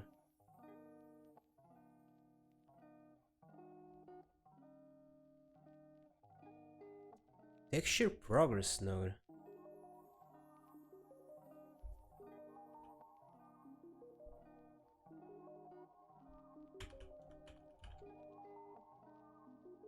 Texture progress bar.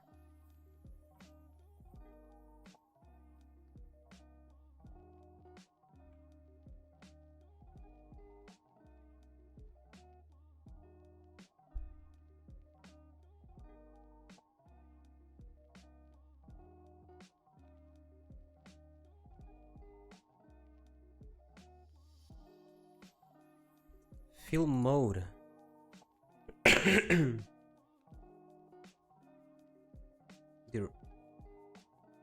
Direction. Radial fill.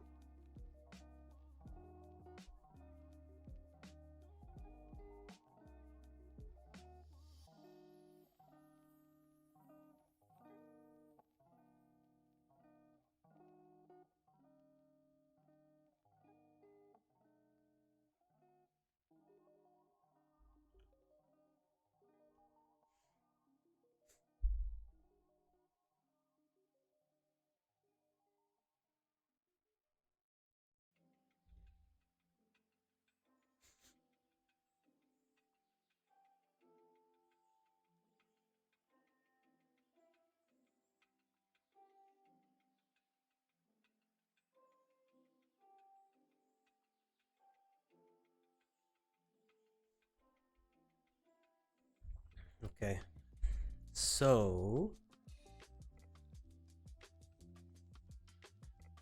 I go on script.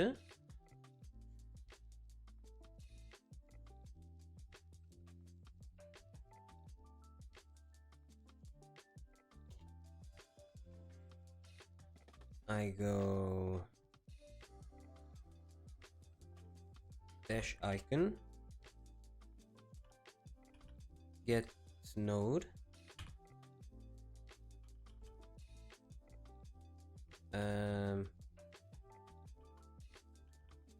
texture progress bar,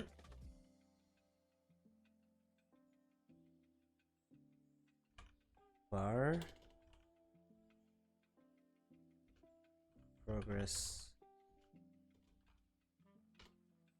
bar,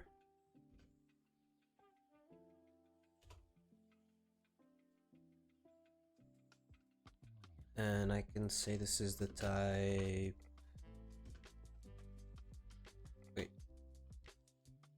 Wait. Oh, there are progress bars without a texture.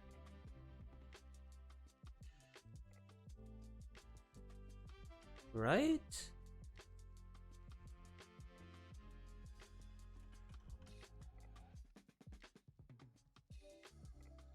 Oh, that's the one I want. Progress bar, I think. Because look at this. Change type to progress. Progress bar. Right.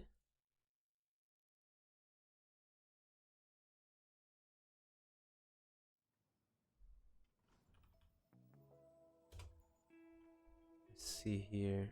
Percent. I don't want to show percentage. But if I change not the value to 50. Oof. What happened there?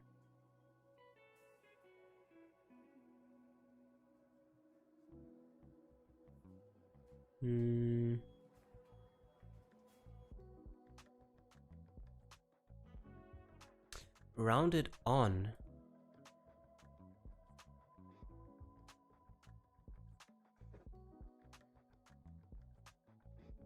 Oh.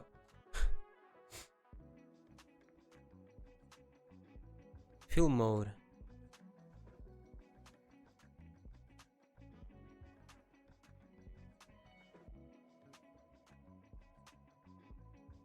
Let's see. Oh my god.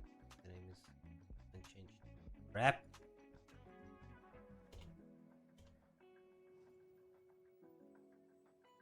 Let's see here. Here's a lot less properties, or is it me? Does it have radial stuff here? No, then it doesn't work. It has to be with a texture. So, Ctrl Z, rounded value. So percentage, change type. Now it's a texture progress bar. And here, close this one. The texture progress bar. Okay.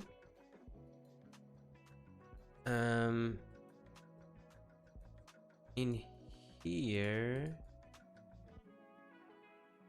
textures, fill mode, clockwise or counterclockwise. I want it to go from 100% to 0, right? So it's starting at the top and it goes like this, and when it ticks here you're ready. So it fills counterclockwise, right?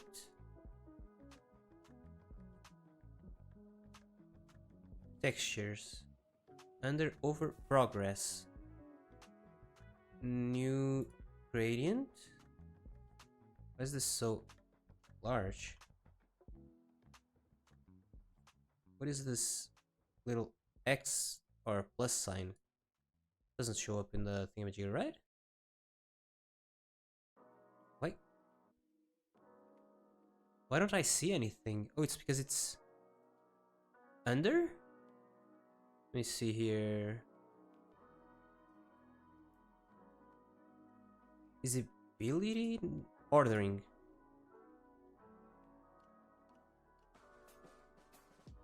Oh, I see it actually. What?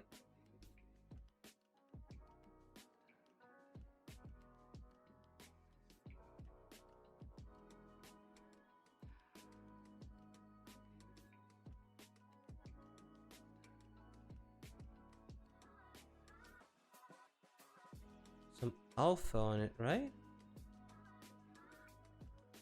And like this? Reddish or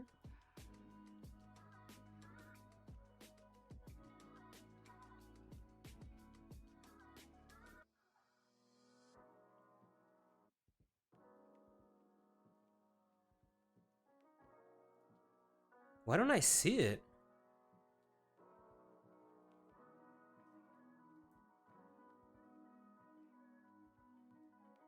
Hmm. Oh, because the progress is 0. Is that it? Wait, what?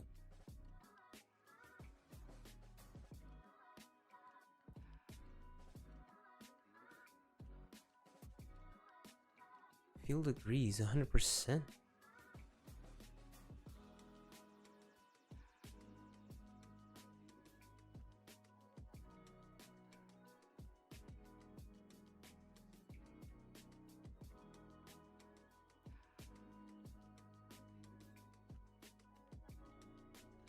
Oh, there we go. It's working. Can maybe make it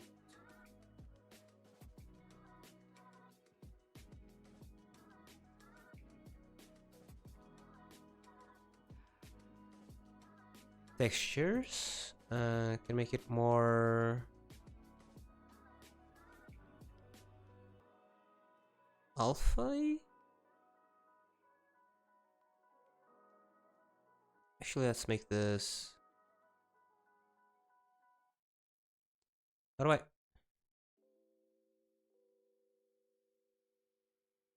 Oh, where do I put this? Over here? Yes.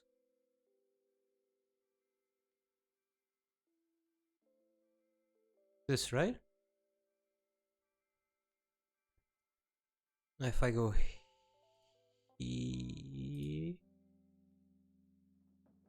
here. Yeah, nice. Okay.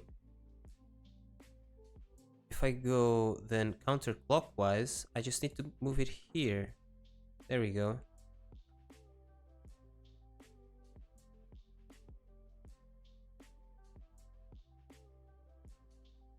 All right. Okay. So I have that going on. Now I have this progress bar and I have all the properties here that I want to go through. So progress bar value equals 100.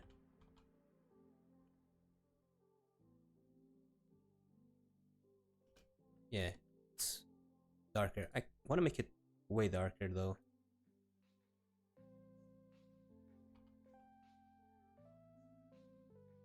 Barely noticeable. Textures. Can do it in 2 ways. Can do this, I guess. That's alpha.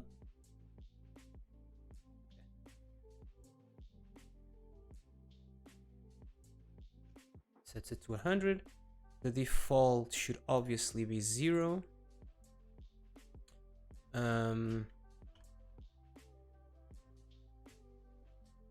So now I want to make it go one less thingamajigger. So I twin this? Can I twin this?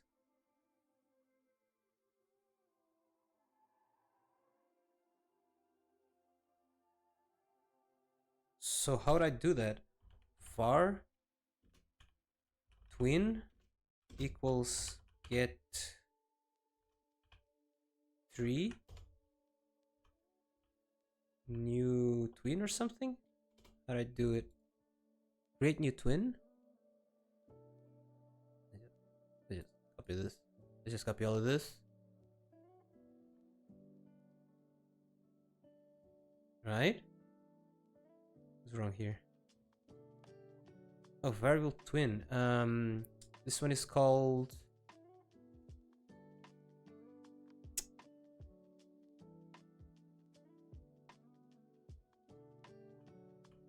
position twin, I guess.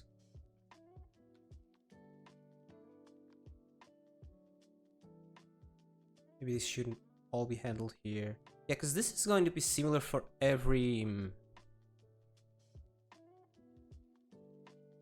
Yeah, this one, I'm going to have to separate it. Whatever. Having specific names is fine. Cool down tween. There. Now, the property I want is... Can I do this? Or does it have to be a property of this thing? No, I don't think so. Oh wait. Oh, shish, wait. Can I do value here? It's to go to 0 and it should be on the cooldown, but let me see here. Okay, but here I want cooldown. Do I have a cooldown set up?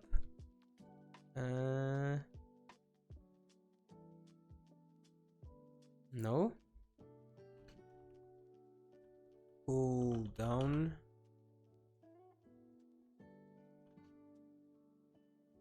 Cooldown. It's going to be 10 seconds, I guess.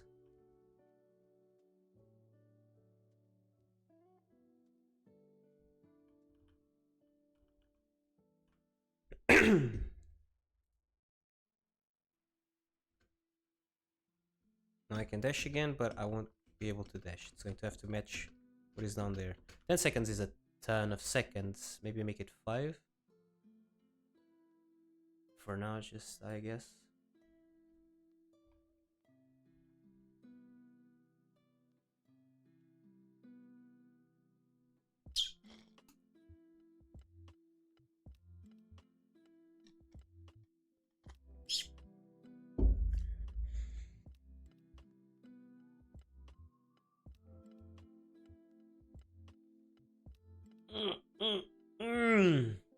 Holy. So...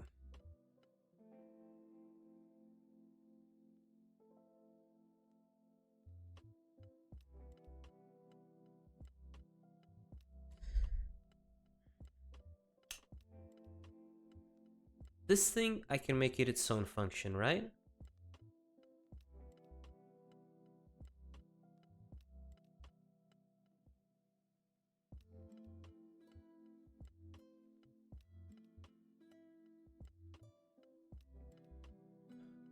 What would it look like?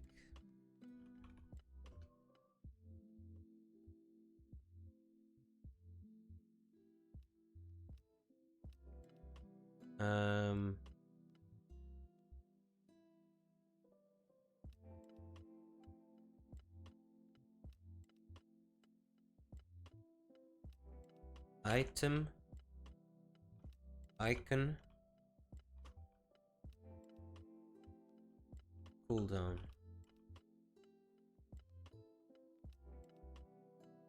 Animate? Animate item, icon cooldown? It takes in the item? Strong. It would do all of this? Oh my god. It would Hello? It would do all of this. Right. Um.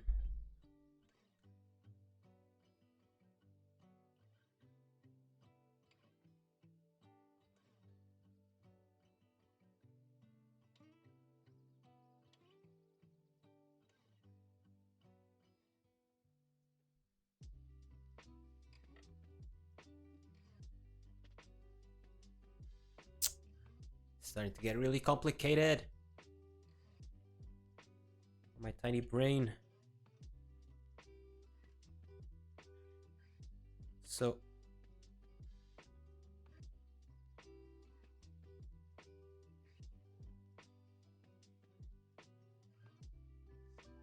I was thinking that I want to have the ability of an... How do I know the cooldown of that thing specifically?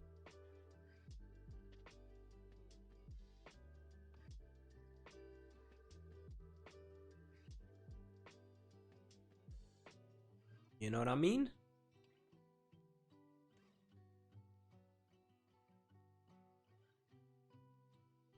I mean, I can just pass both things, whatever.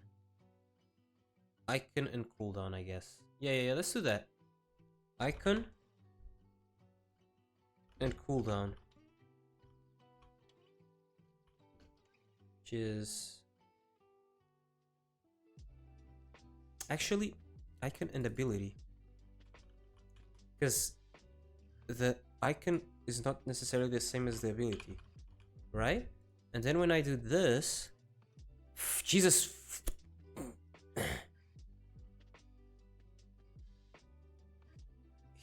Here, what I would do is just call this with dash icon and dash. Right, the icon is texture rectangle. There we go. This makes sense. Call this with the ability, and here I just go ability, and here I just go icon.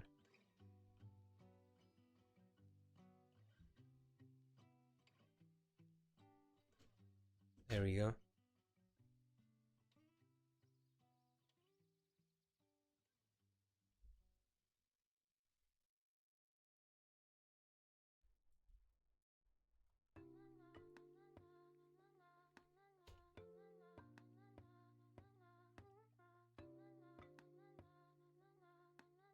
This is the first thing.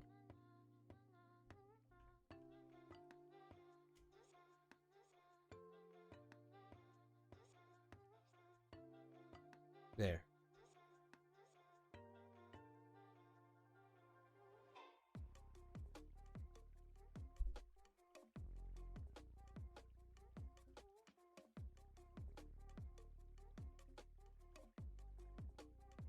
Let's do this on the twin properties. Lines are too long. It's getting annoying.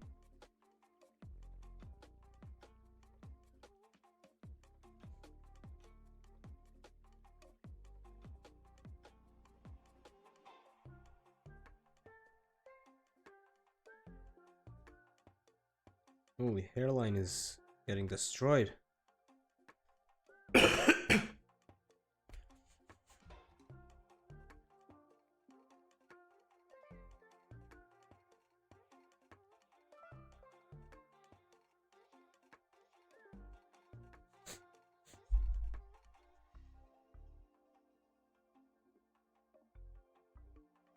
I think space is always going to be dash.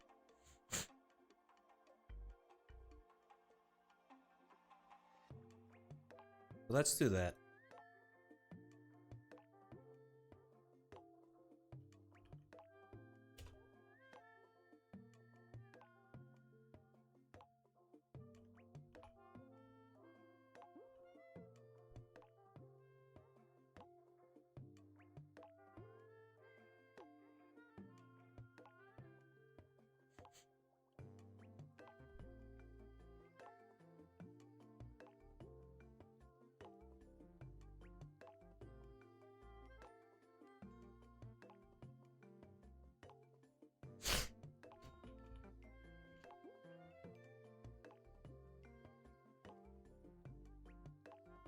Can I do this and dash and not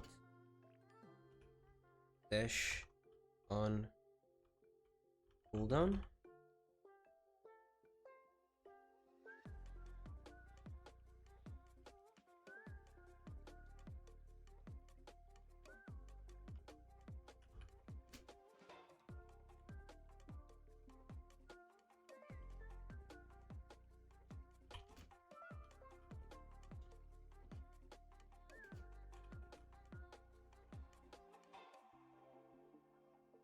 What?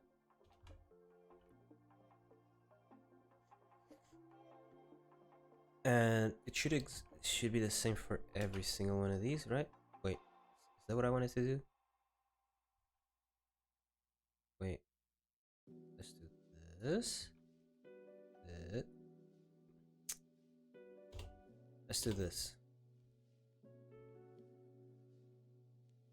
Or then it's going to be item 1, right?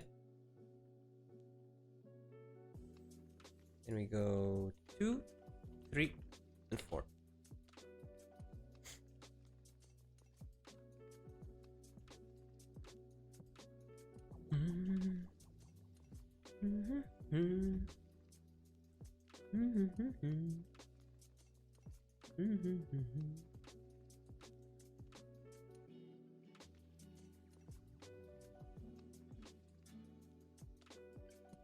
Okay, and not dash on cooldown. I do dash. When I trigger the dash itself,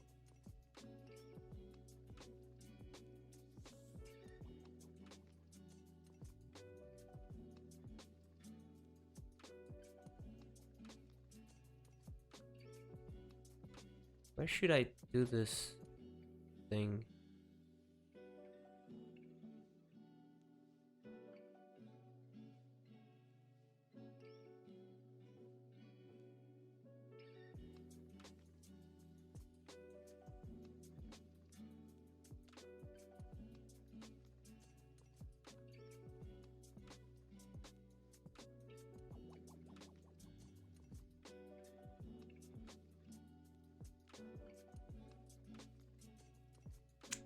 Is it cooler to have this here or on the dash itself?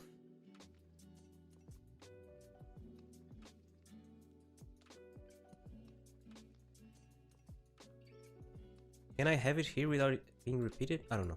We'll see. So, and not dash on cooldown. And when I do the dash,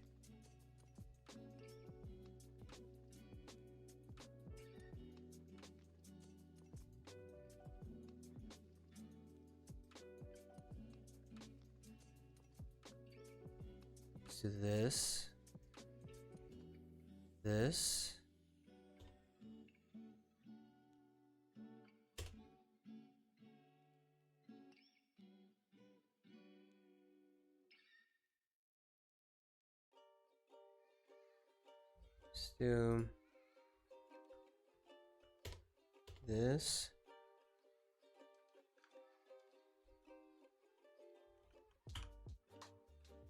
times and cooldowns.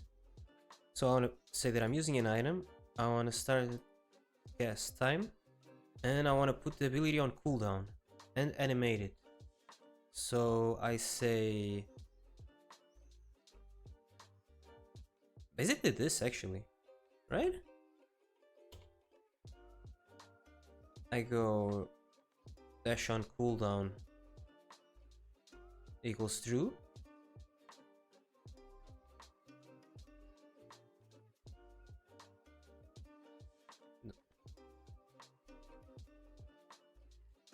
It's not the one that I wanted to change. Whatever.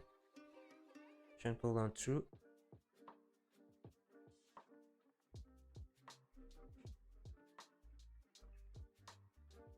And I need to have a timer for each cooldown? I think so. I need to track all cooldowns individually.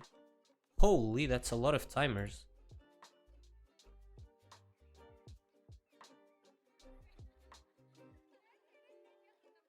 Avoid collision timer. Yeah.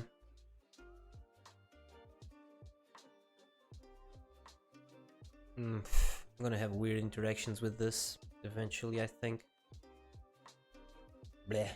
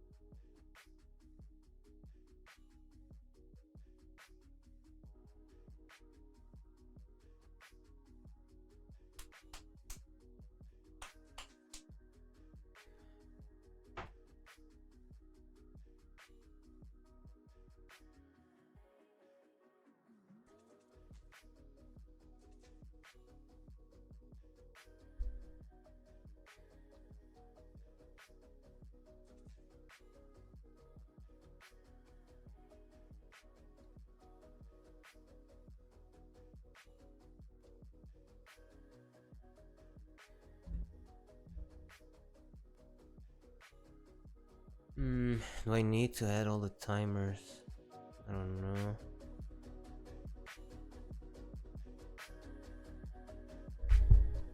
I do not know.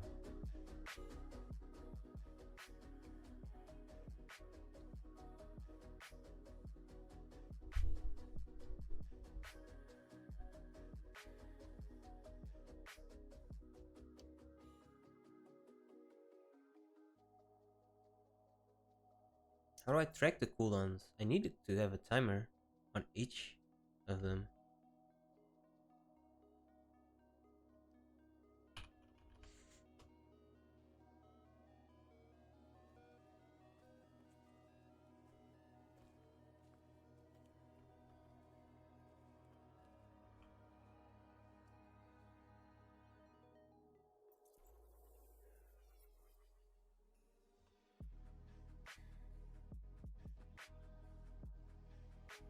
One, wait, this one is item 1.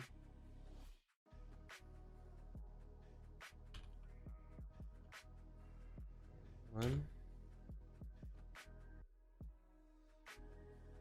2, 3, 4. 2.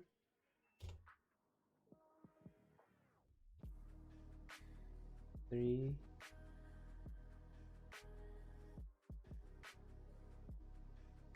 4. It's really hard to read, right?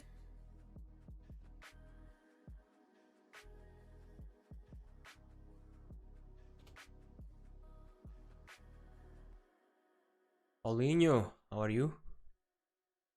I am doing the item ability thing. I'm working on the cooldowns now. I mean, I, I'm starting with the dash like I told you I would. And you can... Hello? Oh my god. Wait, it should be false. Wait a minute. There we go. We're dashing. But the cooldowns aren't implemented yet. Give me a minute here.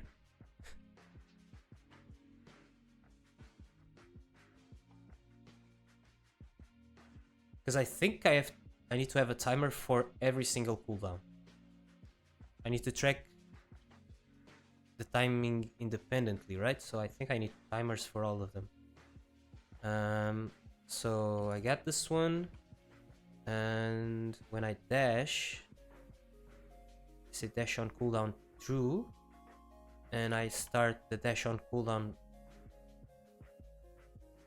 Not this thing. Oh, I have to import every single one of them. Why don't you pull all these booleans and put all these booleans and timers in arrays?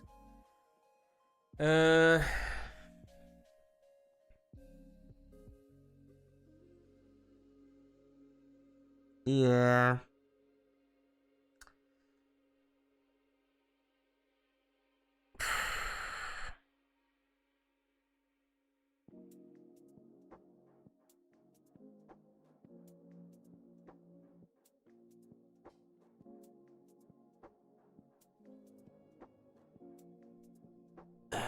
It it makes more sense, like when you look at the code, right? But what I was thinking is, it's weird to visualize on the code what are you dealing with, kind of.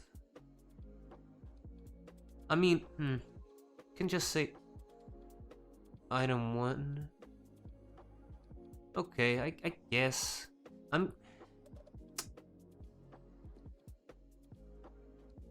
My mind is just not working properly with this because I'm treating dash as a different thing. I was envisioning the character having... Perhaps each of these skills could be a class of its own, with its own timer and boolean. Nah, there's no need for that, I think. Because, at least here on the player script, the dash, I think it's going to be its own thing. Unless the dash is going to be an item? No, I don't think that makes sense. Like, you could have boots that give you a dash, but why would he find boots there, you know?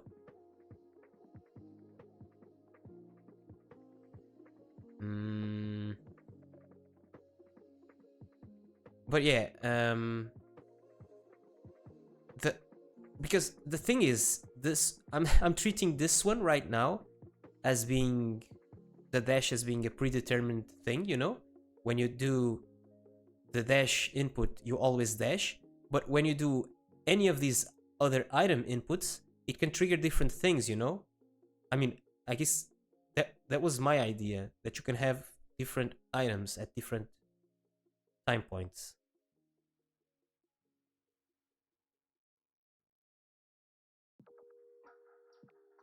Right.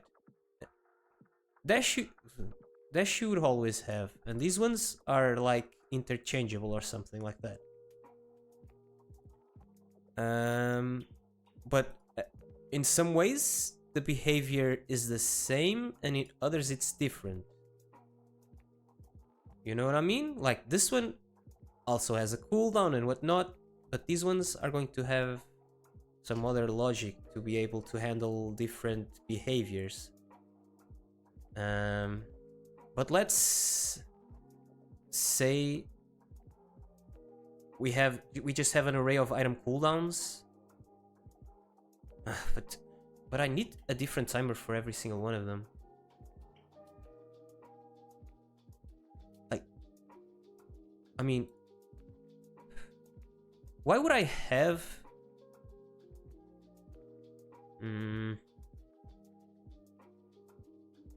its own timer?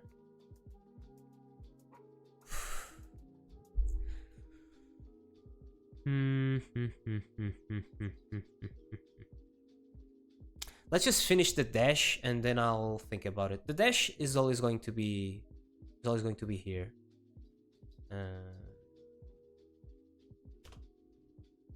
I guess. Maybe not. Who knows? I have a dash cooldown timer, which I start right after I dash. And I started with the cooldown.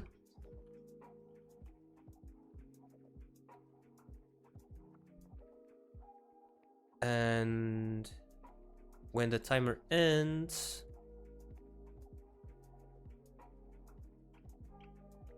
wait, oh my god, I had the wrong one selected. Reverse this one.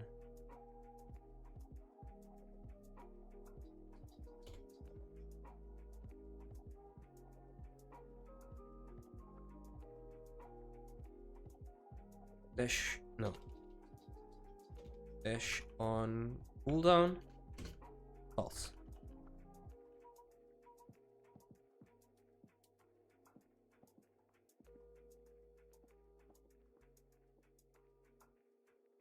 Yeah, we can always restructure it afterwards, just...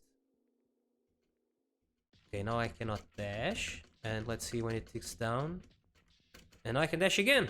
There we go. Okay, so the dash is fine, which was the easy part. Now I have to do the other ones. And yeah, for now I'm just gonna handle the cooldowns in here. Oh, I asked you on Discord, I was thinking about it, if we should just do it like keyboard controls or with the mouse. You were thinking with a mouse, right? So you have control of where you can use certain stuff.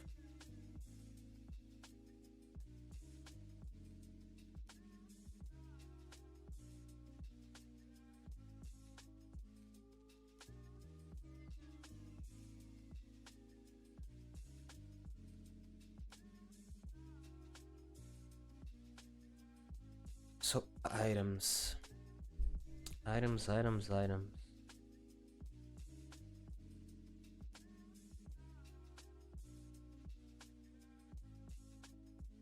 But how do I initialize it? Just false, false, false, false, false?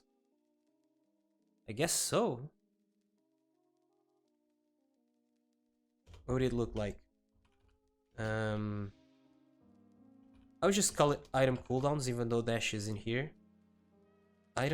Items on cooldown?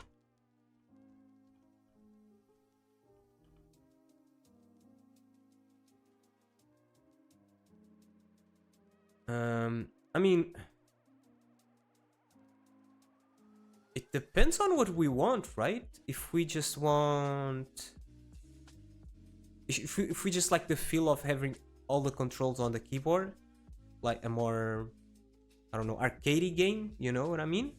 We can just have like items or skills that are only directional and not, I don't know, positional?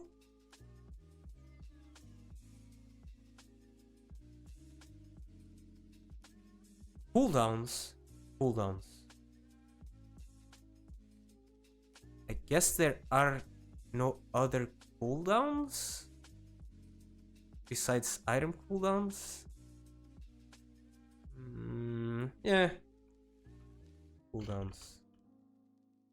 Cooldowns is an array of booleans. And how do I do it? Like this?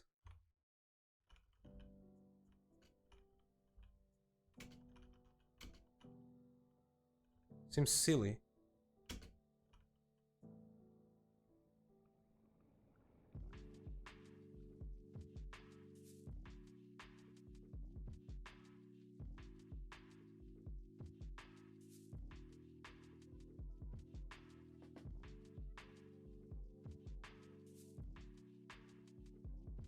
Like, this looks very weird.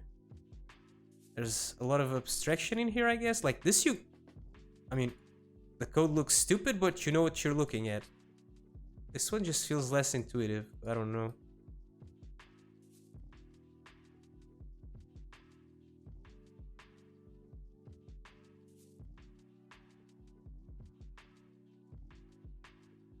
I mean, to put names on it, you'd need like a dictionary, right? Or something, I don't know.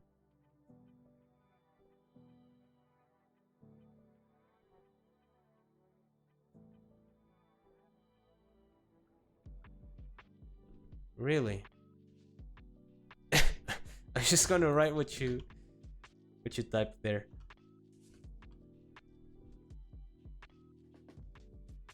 Yeah.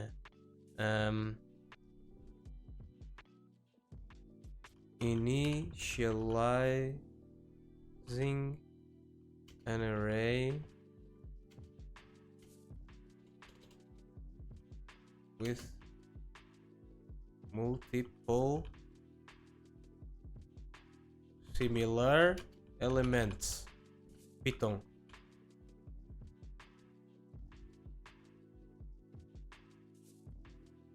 No. I don't know how to search for that. Multiple methods of initializing arrays. What is this? What? What? What is this?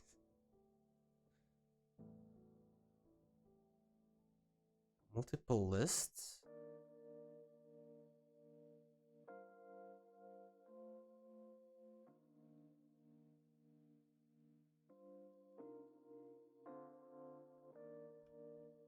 Let's ask ChatGPT.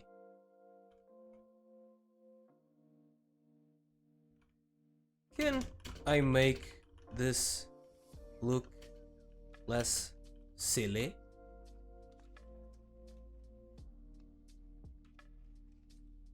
Yes, there are a few cleaner or more flexible ways to write that depending on what you're going for. Here is a breakdown.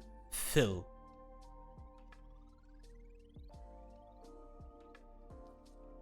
Okay. Second way. Wrap in a helper function. No. Use constant if you want clarity. What?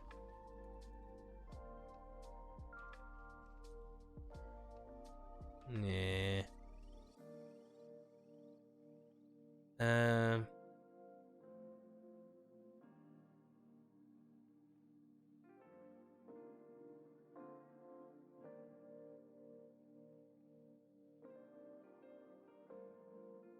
I mean, same shit. Might as well just do this, I don't know.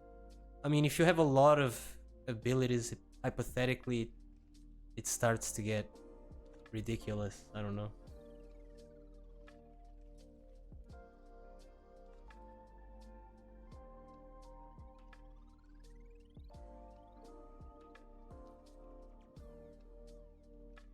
It works. I mean,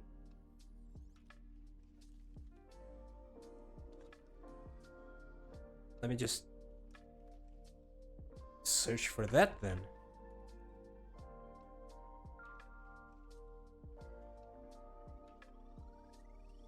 Including Python, the expression would create a list containing 5 false values.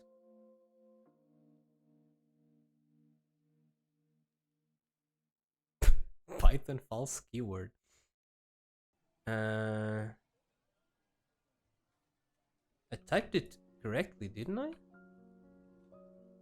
What does it say? Wait, what? Invalid operands.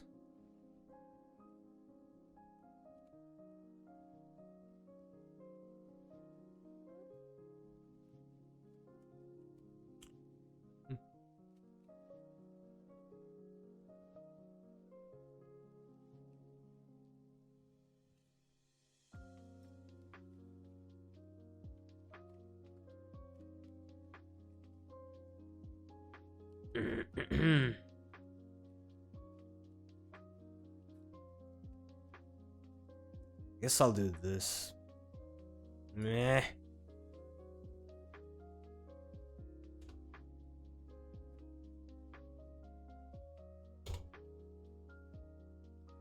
Alright. I need to do this one ready. Right?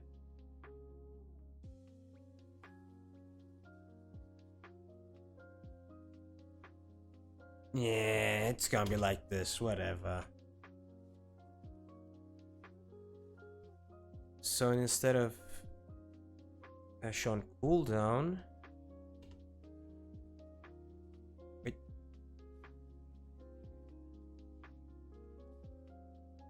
It's so much harder to see. This looks terrible. Ugh. I guess on the items maybe it looks better. I don't know. Here it just cooldowns 0? That's terrible. Python bigger than GDScript. Come on, don't be like that.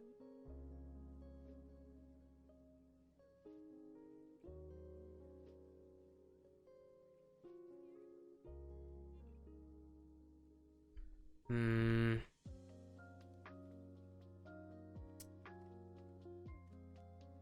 So let me see how the rest of this would look like.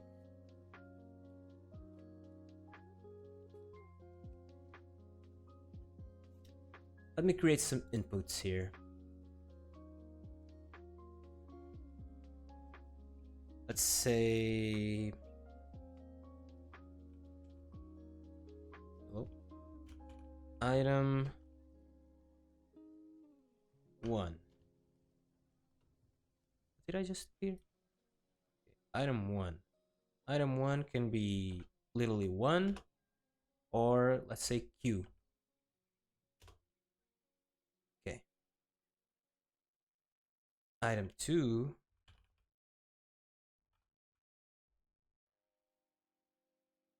Wait, oh my god, I pressed enter. It's 1, okay. Or Q, okay. Wait, oh, I edited this one. I need to do add 1. Okay. Item 2 is going to be E or 2. Item 3 is gonna be E. It's gonna be R or 3. And item 4 is gonna be F or 4. Okay.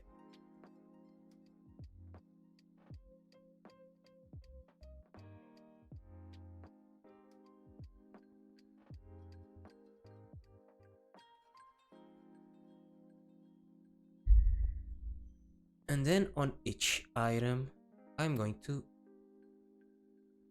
have it associated with a... In each item slot, I'm going to have an item.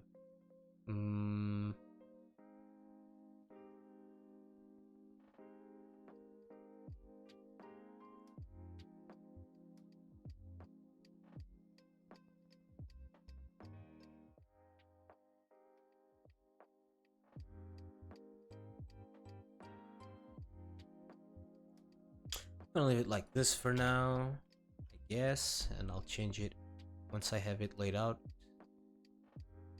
I don't like how it looks, so I need to check each input individually, I think.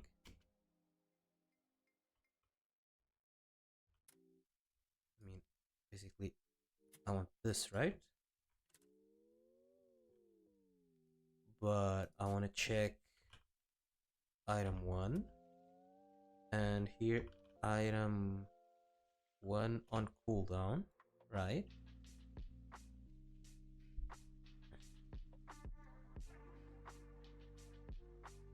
But the function I call depends on the item assigned to the slot. Think about that later. This.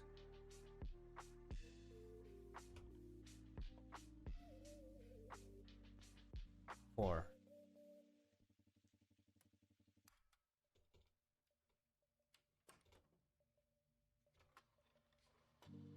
Wait, it's too many. And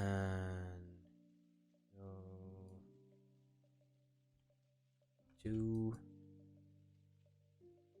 3, 4.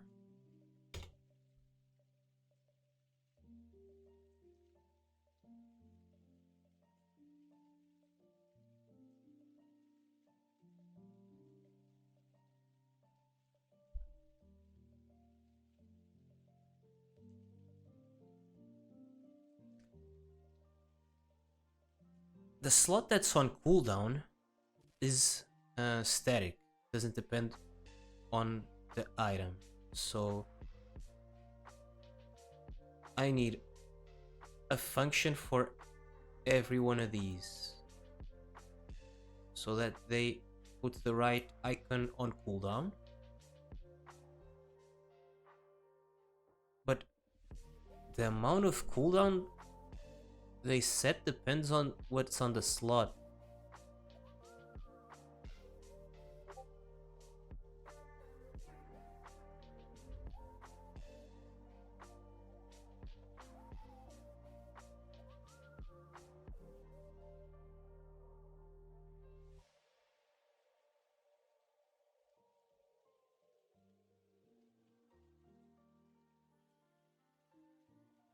Enable desktop notifications. No.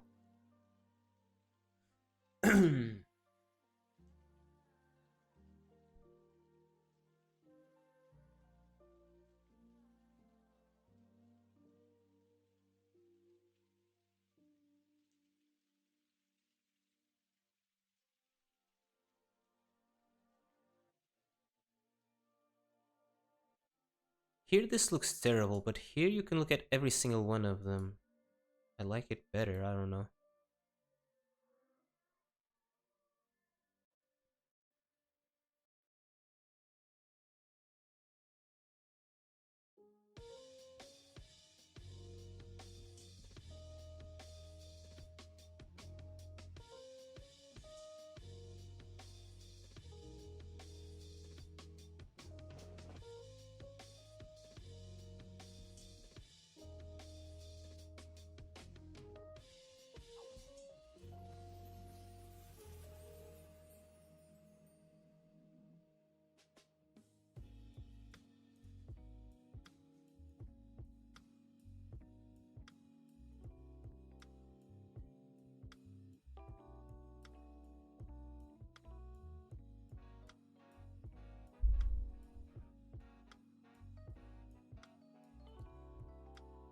This link here is gonna.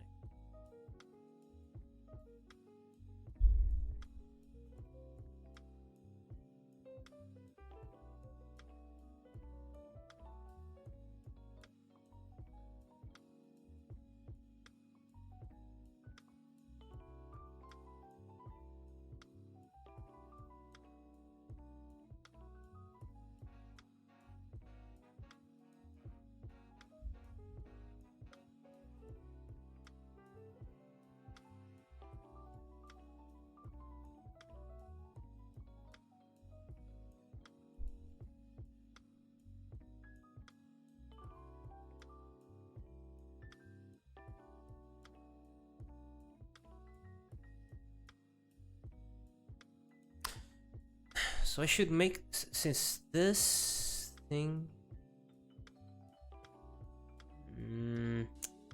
Eh.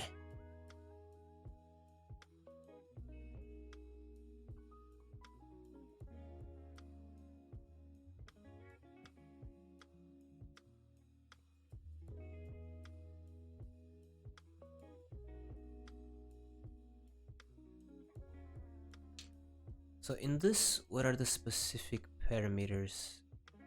The name of the thing you're doing and the icon.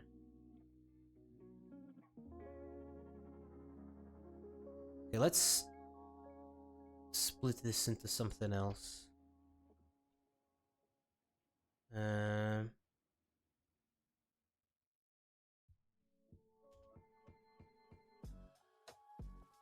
Say function handle cooldown.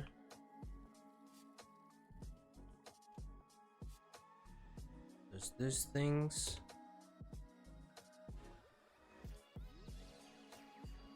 It takes in and it's the same thing I have here, no?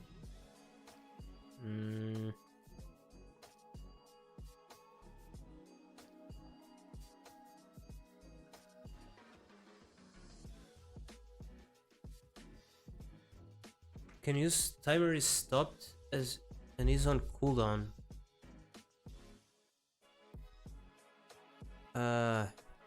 Yes. Instead of storing all of these values to do that.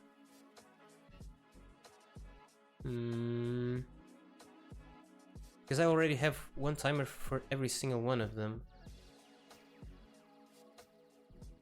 And I guess checking if the timer is stopped, it's probably the same processing power as checking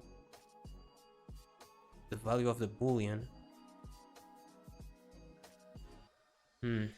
It's a bit less readable, but I don't dislike it. I don't know.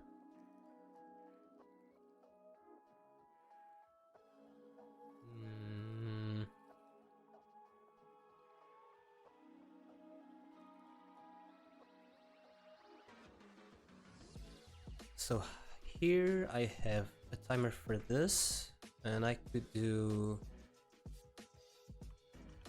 is stopped.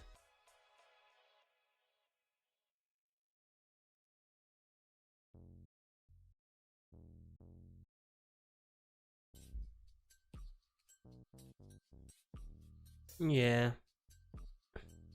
It doesn't read as well, but it's basic. I'm just duplicating this value, basically, you know? So I guess I should do it this way. Okay. Out with you. Wait, what did I do there? Okay. And I need to import all of the timers in here.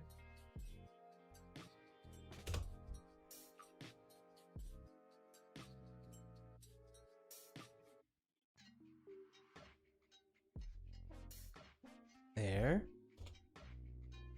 And I can just check each of the timers here.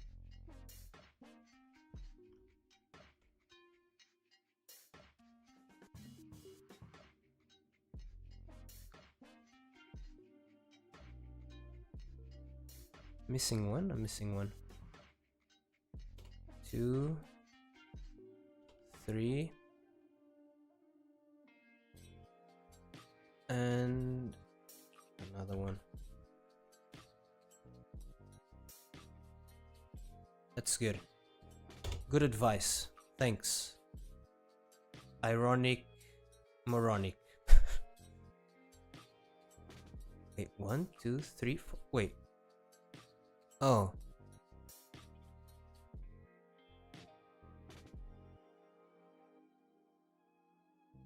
What am I doing?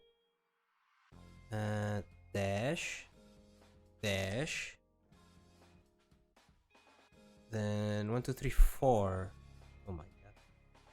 1, 2, 3, 4. And this is 1, 2. 2, 3, 4. 1, 2, 3, 4. Okay.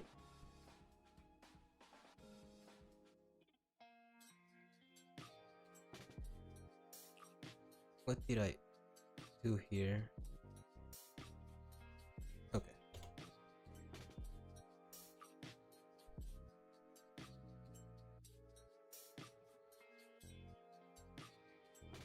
So now I was looking at the cooldowns.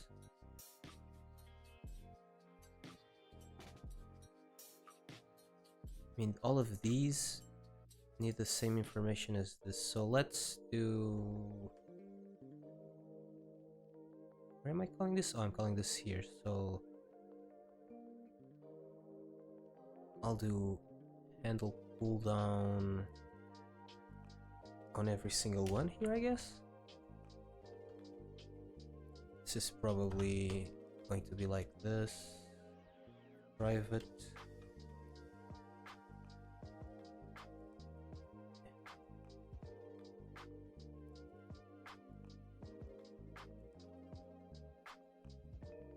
Cooldown.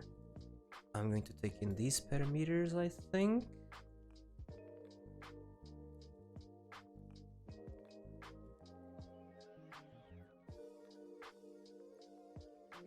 And I'm going to do this on the dash. here. I don't need this now.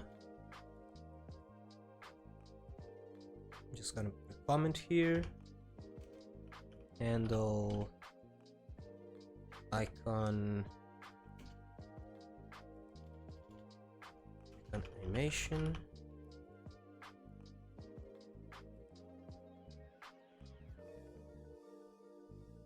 Alright, I'm not gonna need this anymore. I'm doing everything in here. And I can do the same thing with this timer. I don't need this actually. Just check if the timer is stopped. So I will need this, and the timer is called item timer.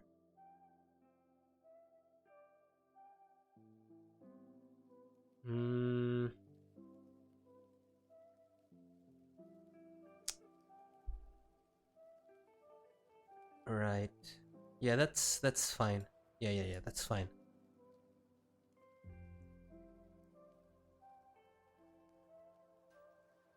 And this one I only need one, and I'm gonna call it actually cast timer. And here is if cast timer is stopped, I go in here. So I don't need this. This one is called cast timer. Okay, start both timers. Oh, but I need to know which timer to start. I always try to reduce pulls like that if you know, like I would not have this full health that I set to true if I have 100 out of 100 HP. Yeah, makes sense. But there are some scenarios where I think it might make sense. Like, obviously, if HP is 100 out of 100, you know it's full HP, right? But some things might be a lot harder to read on the code, you know? And if you're the only one working on the code, it's fine, I guess. But if not, you should try to make it as readable as possible, you know? But yeah, here, I think it's fine. If the timer is stopped, then it's not on cooldown, I guess. I mean, it depends on personal taste.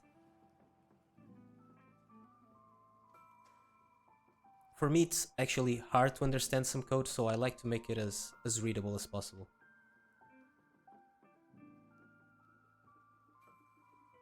So I need to know the timer that I'm starting. No problem. I'll just add it to this dictionary right here, I guess. But I like getters, like a can dash, which returns false if you are on cooldown, or perhaps stand or that, right? Right, but yeah, in that scenario, you're... I mean, can dash is tracking multiple values, right? But yeah, sure. So if I go in here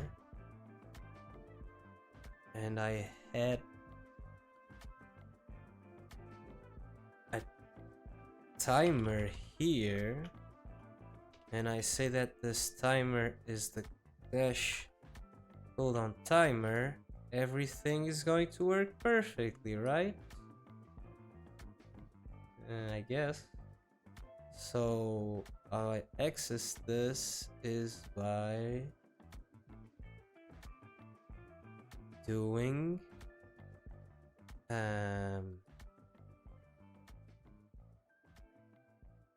items. Why did I name this ability? Guess I'll call it item.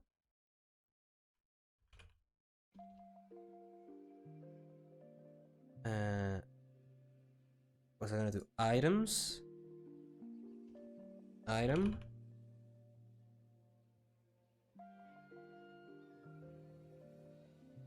Timer. Like this. Timer, right? Man, I've been coding for a while and I haven't run this. When I'm gonna try to run this, I'm gonna have a lot of errors for sure. Timer. I called it timer. I think this works.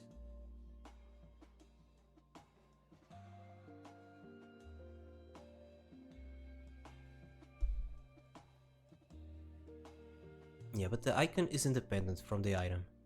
So this, I think...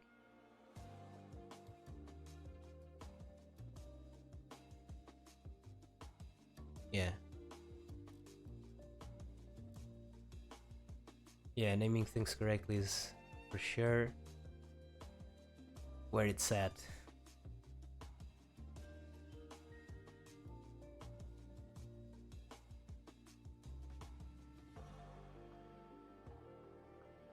Yeah.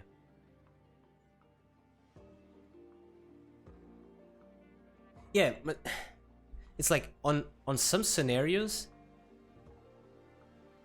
I don't know. Maybe I haven't dealt with that a lot.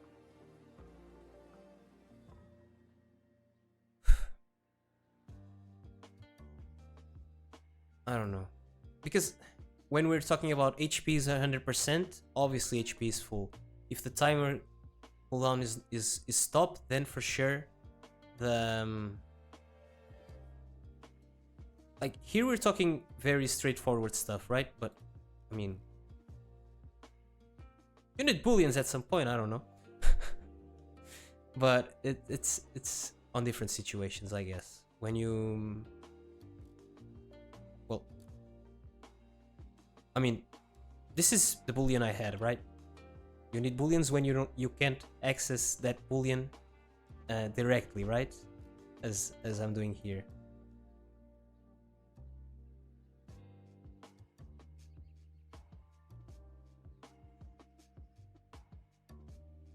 Dash timer is stopped shouldn't be the only condition you're allowed to dash.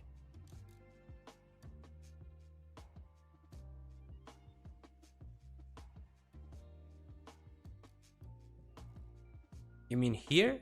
I mean, I don't know what you mean. I mean, there could be other conditions afterwards, but what are you saying? Right now it's the dash is not on cooldown and you're not casting anything else.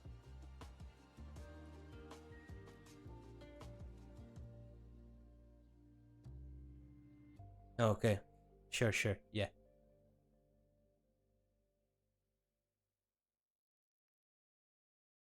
Is this doing what I wanted to do? So, handle cooldown. Start the cast timer. Start the cooldown, right? And then trigger this. Okay.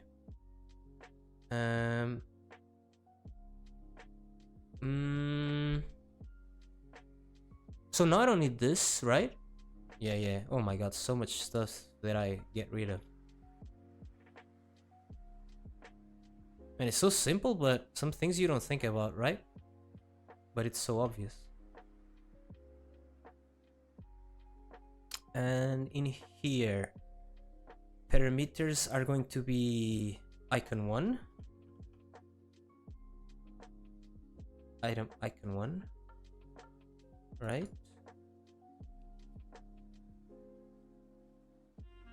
2, 3, 4. But the ability, I don't know what it is going to be.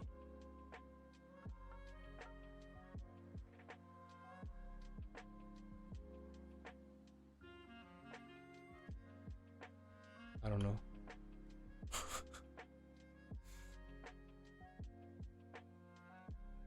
Let me just run this, see if I broke a lot of stuff. Okay, I'm not dashing now. Why am I not dashing? I'm printing a vector here? I don't know where I'm printing a vector. Close all of these. Where am I printing this vector? The spawner? Yes. So why am I not dashing? Guess stopped. It starts as stopped, right? So should be fine there. This one is every timer should be stopped. So what's going on?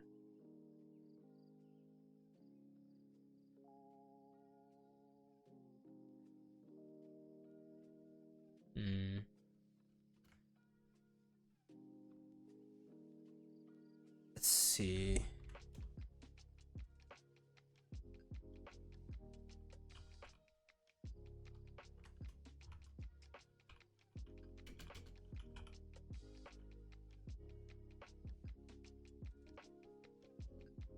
Not even getting there.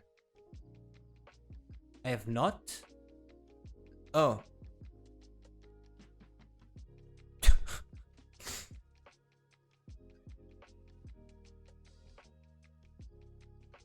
Ah!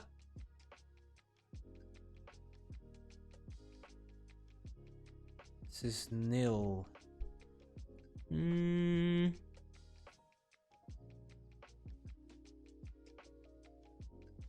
Items.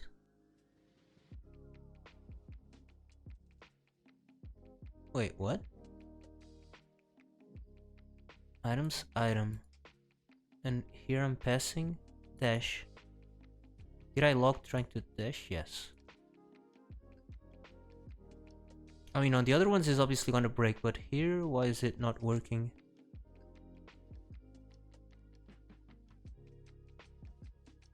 Wait. Here.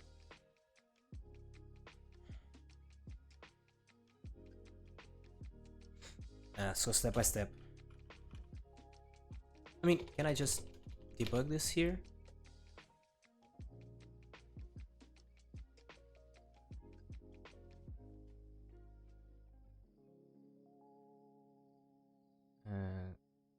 Wait, it's not. Oh, I have to dash, obviously. Okay.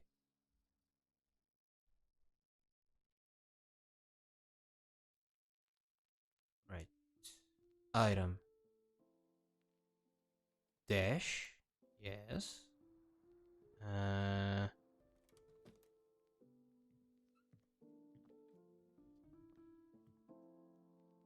What was the error again? How do you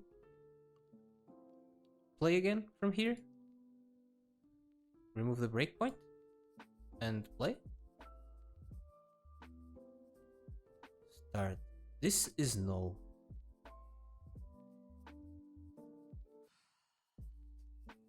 But items? I mean,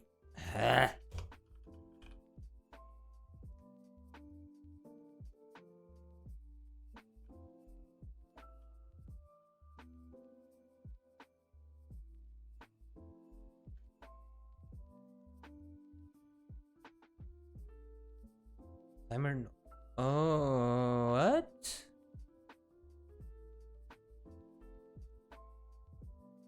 Is it not ready?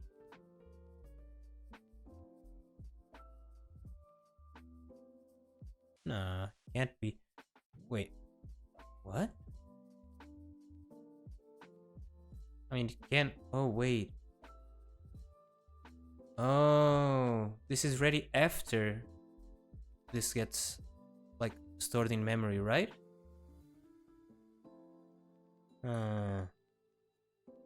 It doesn't update.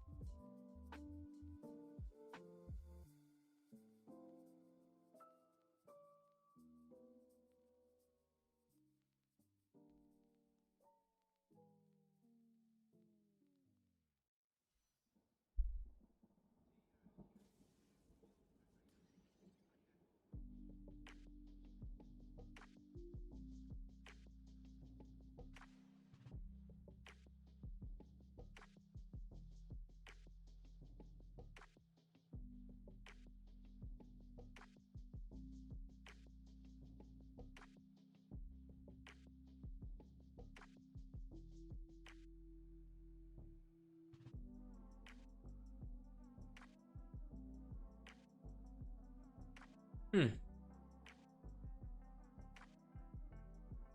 Don't really see how to solve this.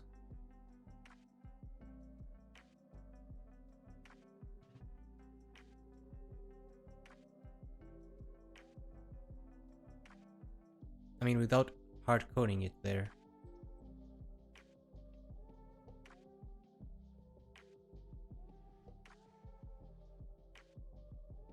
Uh,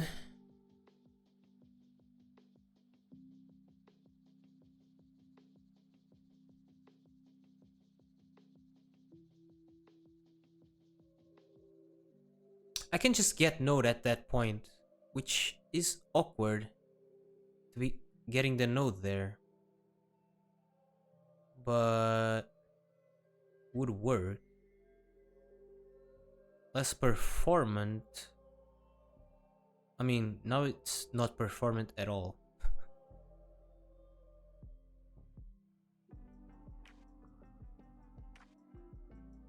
So I would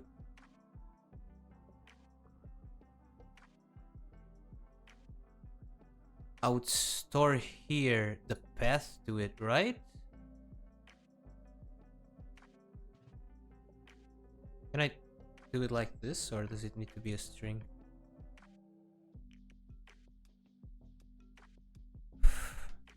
So I would do get node like this.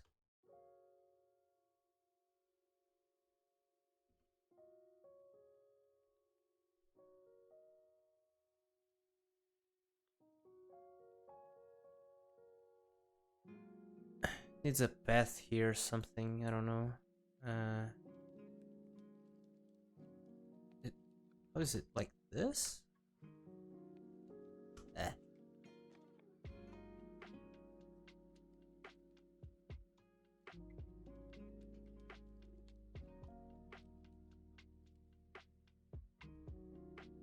Wait, cannot convert argument 1 from object to node path.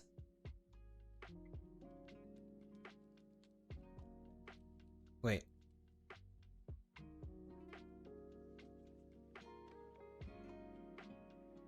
Wait.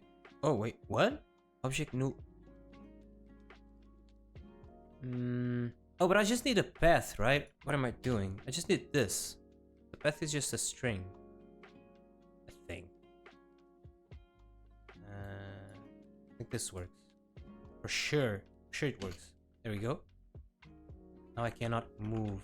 Now I cannot move. Huh. I cannot move now. Okay, but this is working, but after words doesn't let me move. Task timer is stopped.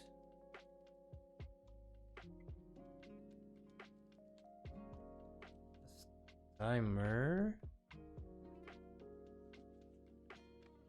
Guess timer is stopping for sure.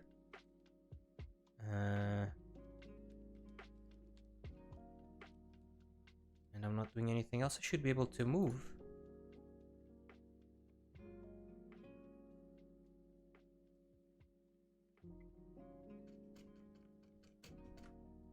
Huh.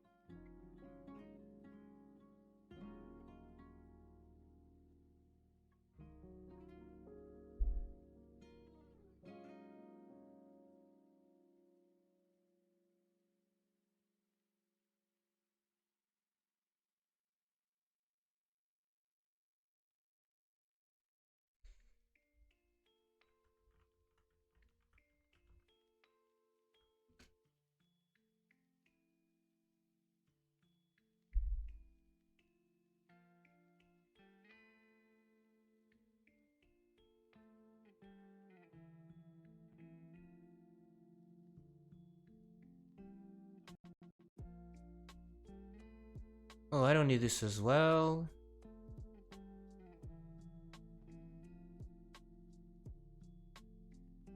I guess like this. I don't need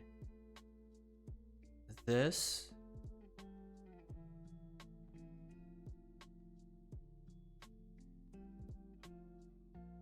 Wait, what did I just do?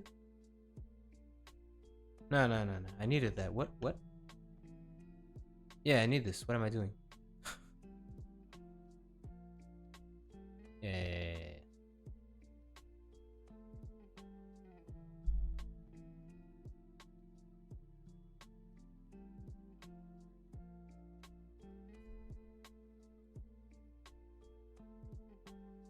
Or has not started.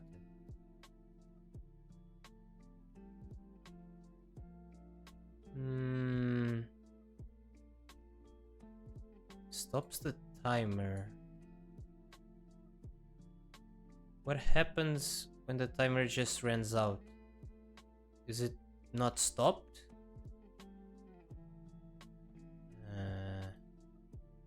Properties.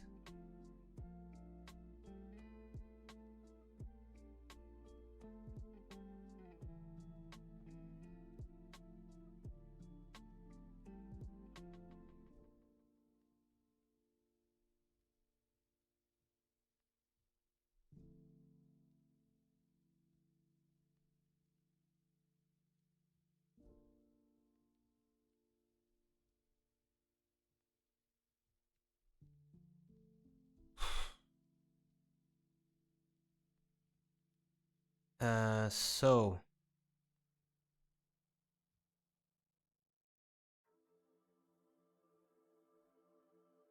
on the physics process,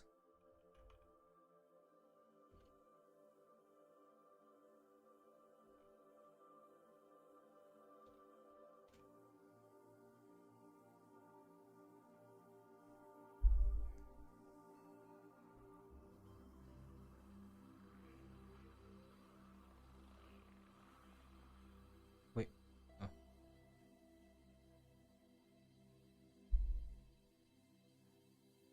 Hmm. Hmm.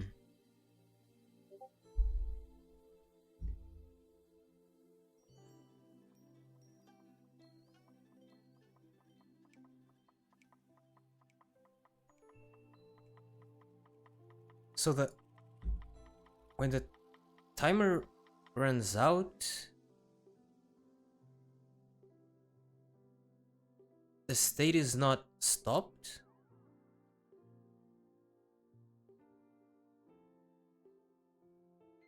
Let's see here.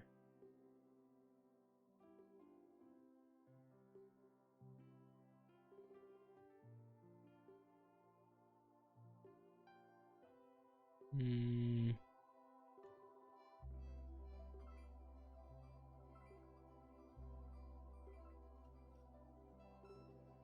If the timer is stopped, but let's ask ChatGPT. It's a pretty specific question, but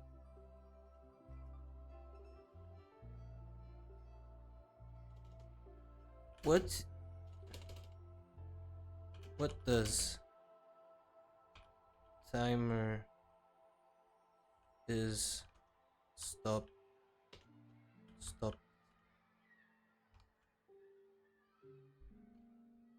return if the timer ran to the end?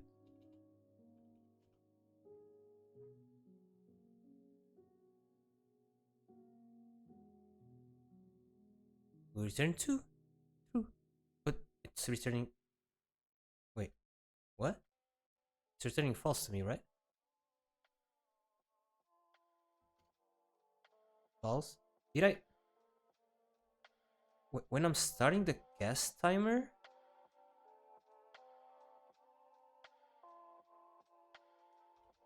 I'm starting it with this. Oh, no, yeah. and this is 0.15. Should go back to true very quickly, but it just remains false.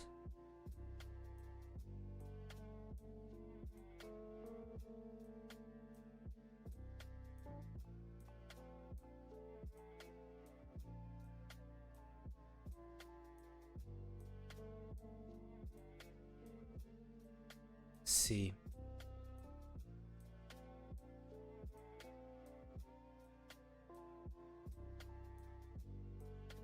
This is the only place I start the cast timer, right? Yes.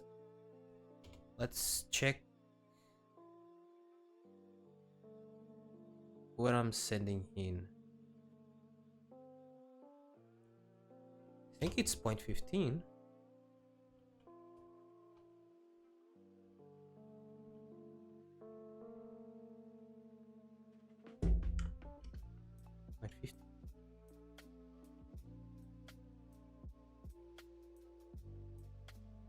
I can actually look at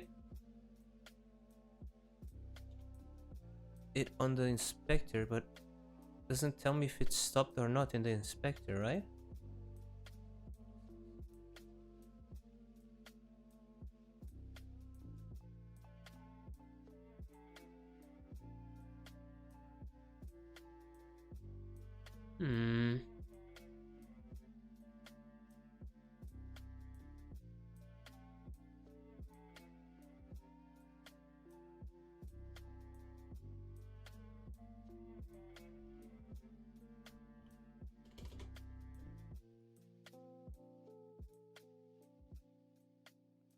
Godot timer is stopped.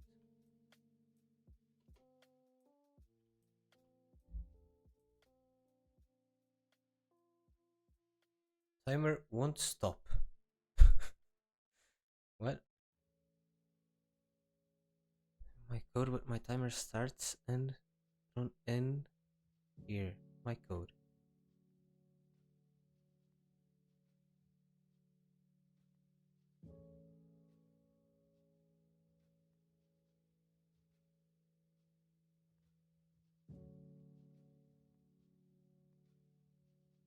Let's print the time left.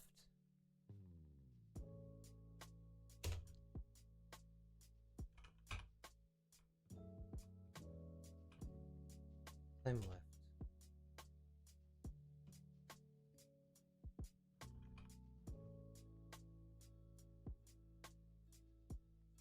So right now it's 0 because it stopped. And I started. Goes a bit. I'm starting it again. I keep starting it. Why do I keep starting it? I only started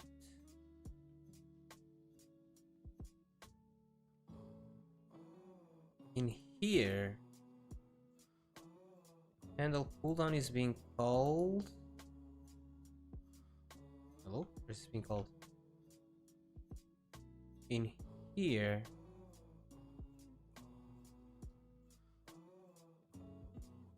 What?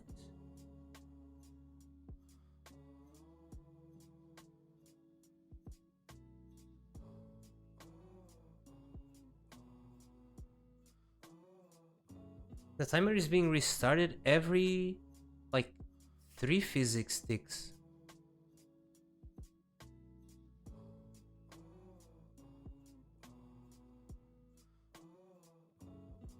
What?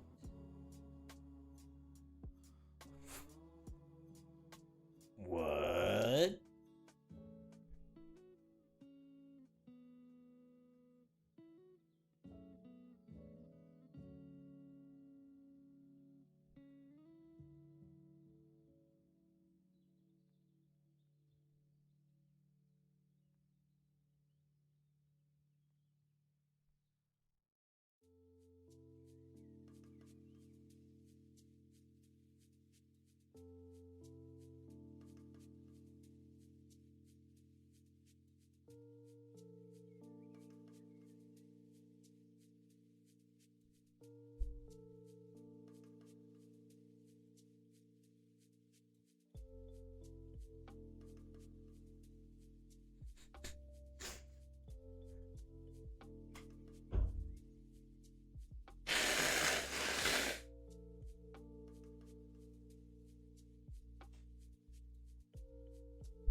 What's going on?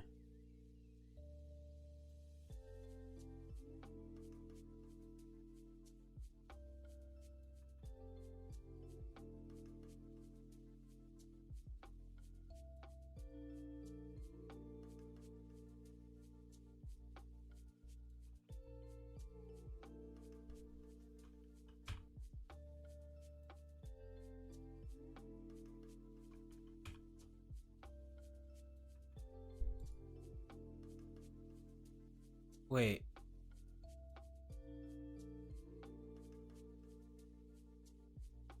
Oh. Is it this? Nah. But it doesn't need to be connected to anything, right?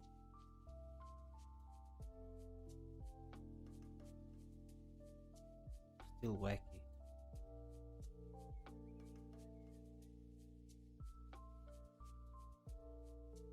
Oh, this one I don't need either, do I?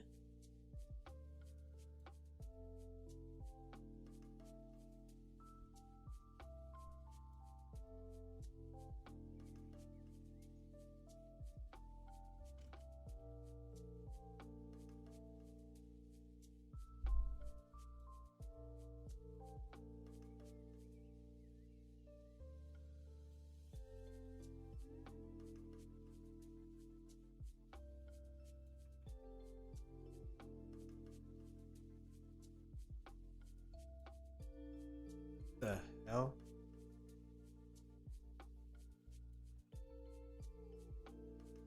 Like, I have auto start or something here? No. Wait. No.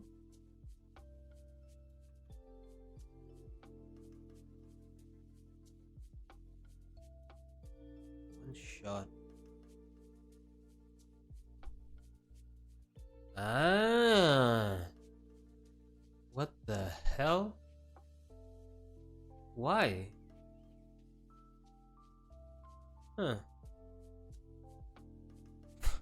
Jesus. Oh my god. Why does it... Is the default to just restart the timer?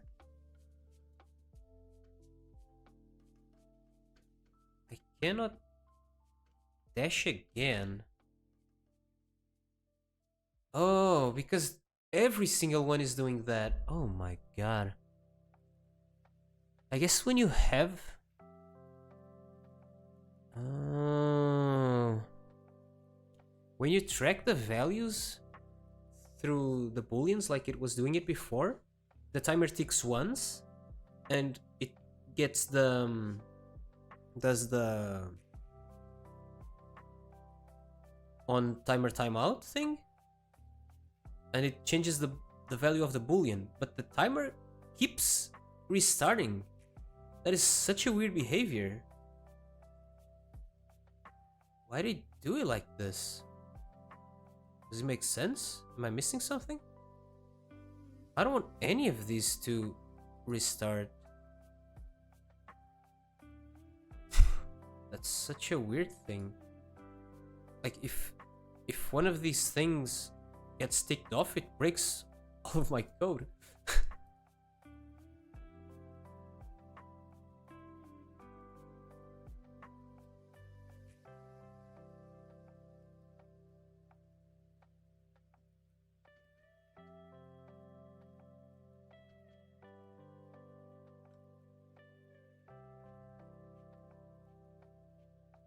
I mean, it's working.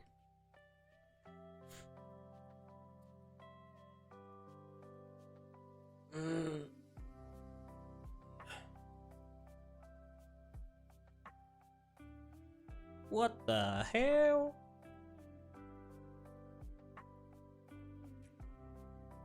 So...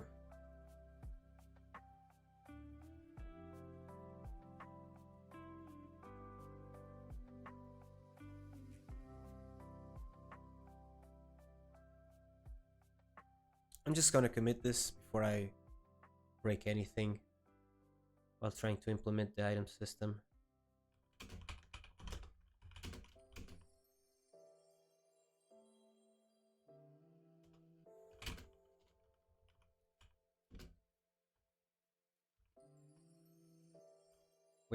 What was my last commit? Basic dash ability. Right. So what I added was add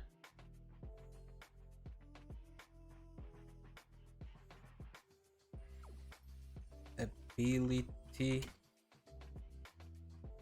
UI with what? With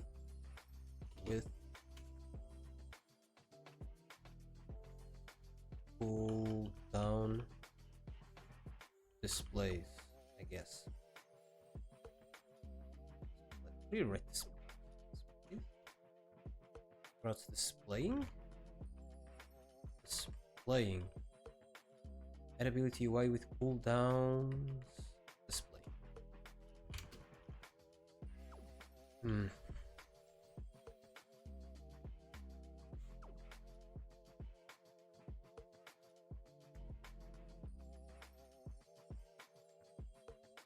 So let me just see if I left something here that I don't need.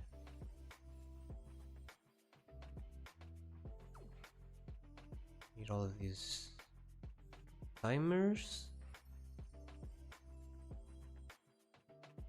I have it here, okay. Oh, I actually no, I need the reference here. Check it here. Yeah. And let's leave it like this. And right, I have these.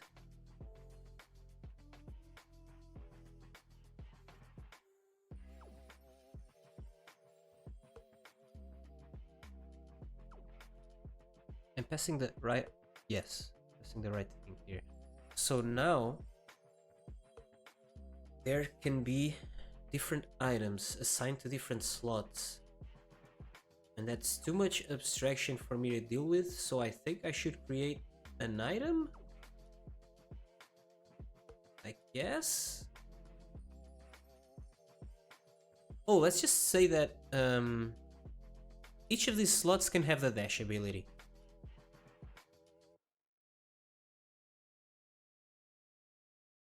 Right? Or they can have nothing. That should be enough to start off the basics for the behavior of the items. So for now, let's just say that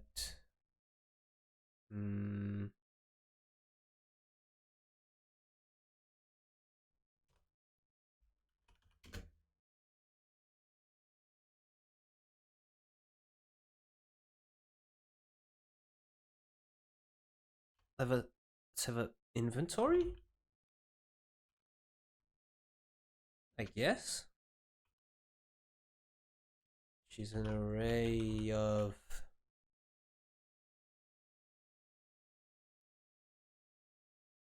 strings, array of strings.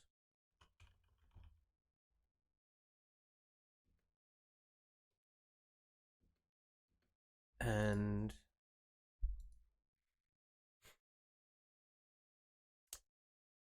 for the sake of, this is going to start off empty, but for the sake of it, we are going to initialize it with some values so that we can test this out.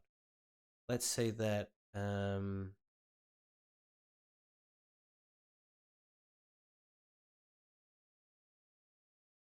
first slot we have nothing. Second slot we have cannot include a value type null as string. Empty string.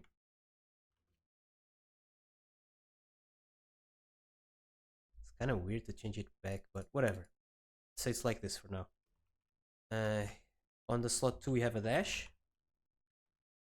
And this here we have nothing, and here we have a dash again. Right? So when we decide what ability to use, we should check our inventory. So for slot 1, we are going to go inventory and check the slot 0. Right? And that's the name of the ability, and I think that works out for the rest of the logic. Okay, here is 1, 2, and 3.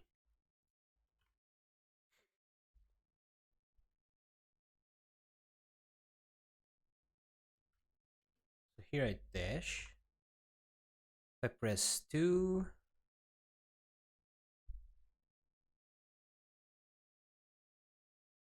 wait, invalid assignment of property of key value. If the value of type wait, with the value of type float on a base object of type null instance. Progress bar is null. Why is progress bar null?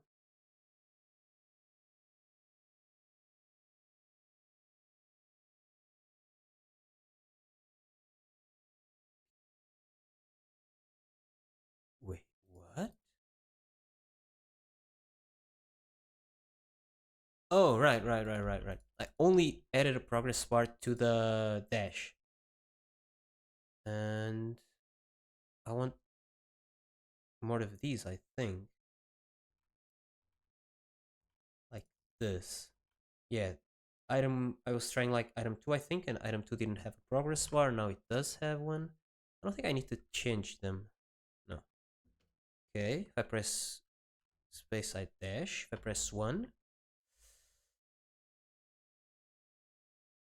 Right, because I don't have an empty string on my dictionary. Let's try a slot that does have the dash assigned. Oh, I don't dash. It puts it on. Wait, what? What is going on? Okay, puts the right slot on cooldown, but it doesn't do anything. Oh, because I'm not actually doing the dash. Yeah, I'm not doing the dash itself. Hmm. Hmm. Hmm.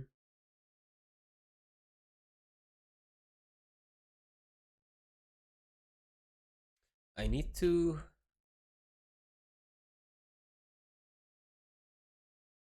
run a different function, right? Depending on what the inventory is.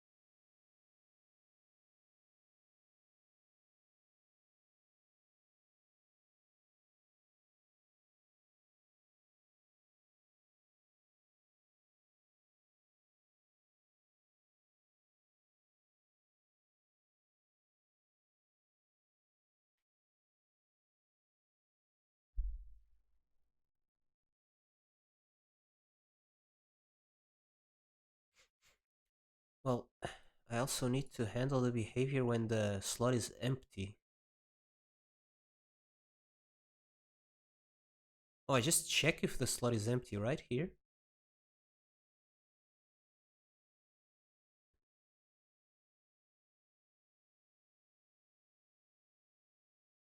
What is the best way to represent empty? An empty string? Because I feel like should create like an object maybe or something. I don't know.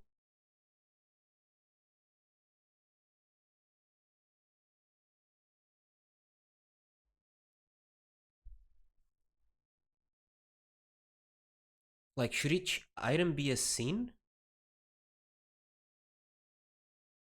Each item be a scene? No need, right? but having all of the items in here is going to get crazy. Mm,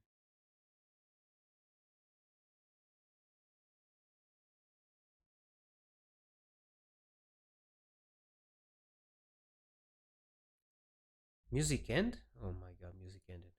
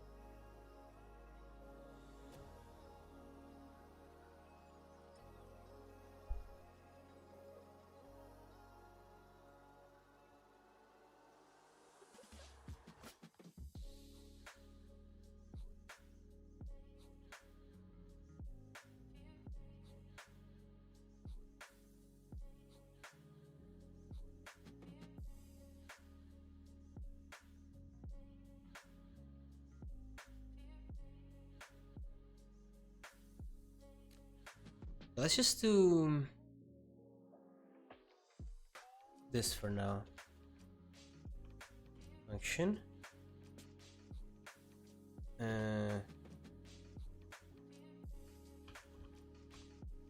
Just item.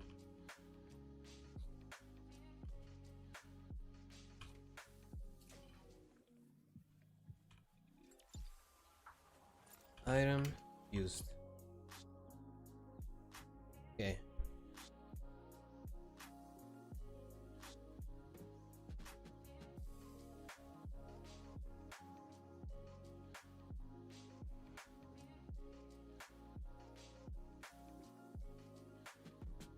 Actually make two, right? While I'm at it. Let's see. Test item X.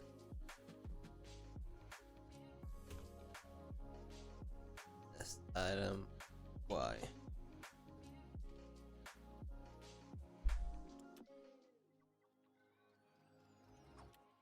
So let's say that here I have X and here I have Y.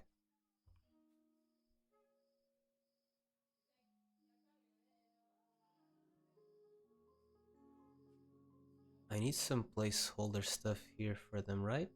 At least regarding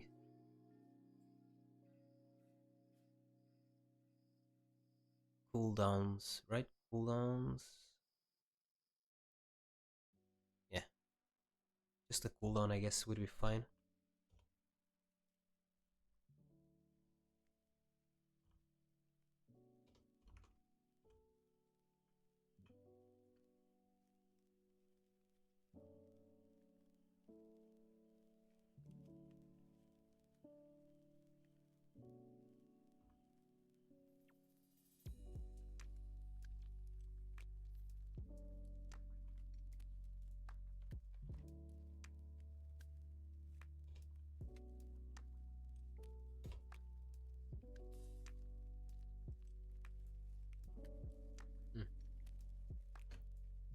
Good practice to have a comma here, right?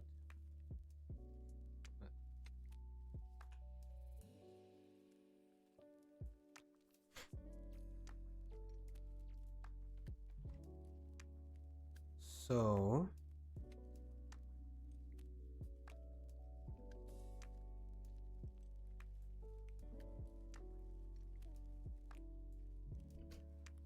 and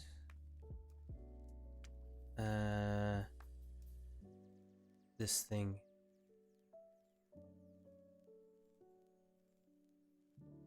I'm sorry, not empty string.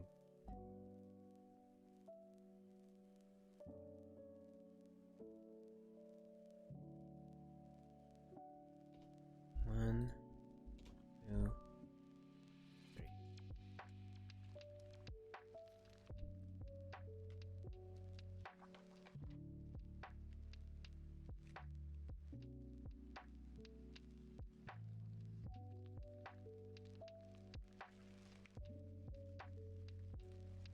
guess you cannot use not here. I don't know now.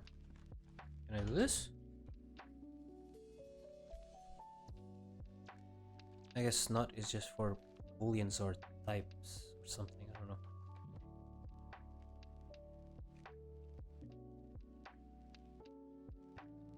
Right, so for example, if I run this now and I press 1, nothing happens. If I press 3, nothing happens. If I press 2, this breaks because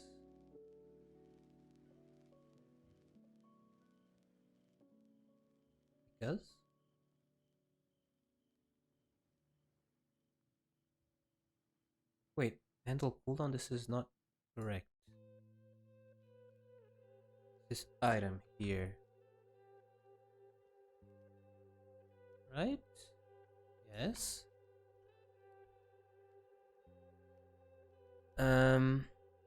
Why did it break though? Nothing. Cast time. Oh, it needs a cast time. No problem. Say it's the same as this, whatever.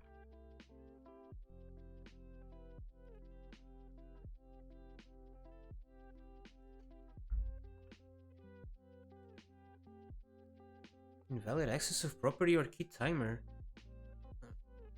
Timer? What?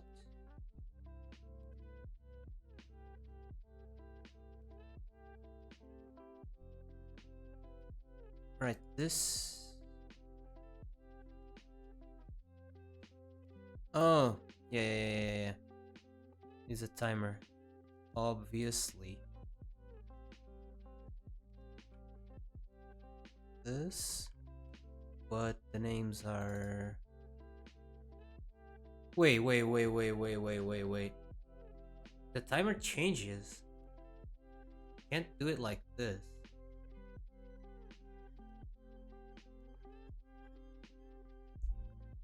Like item X can be assigned to different item slots. I mean, not sure how it's going to work, but that's what I'm thinking right now. So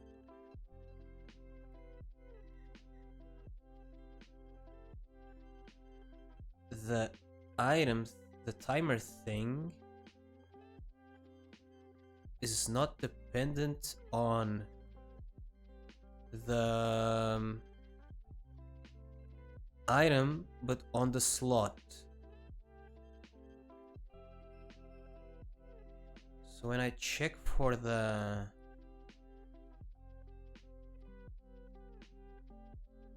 timer to start the cooldown,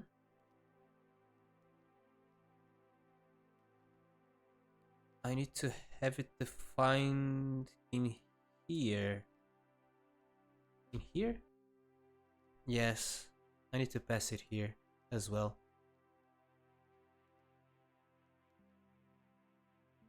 So handle cooldown is taking in the icon, the item, and I need to pass the slot.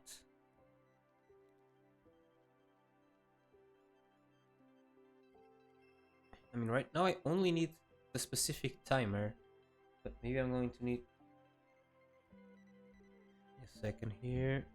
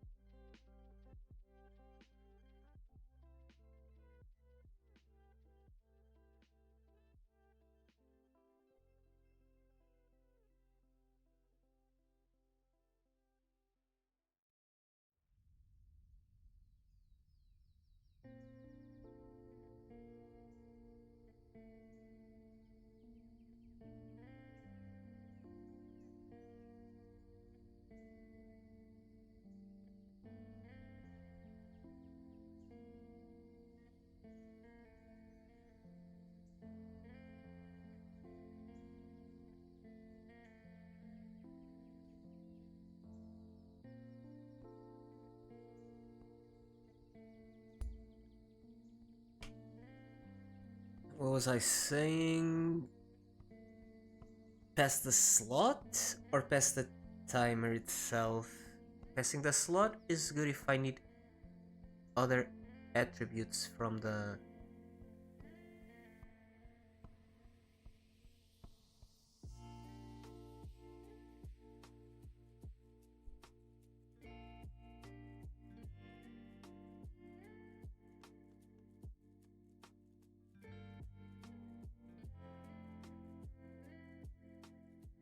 Uh,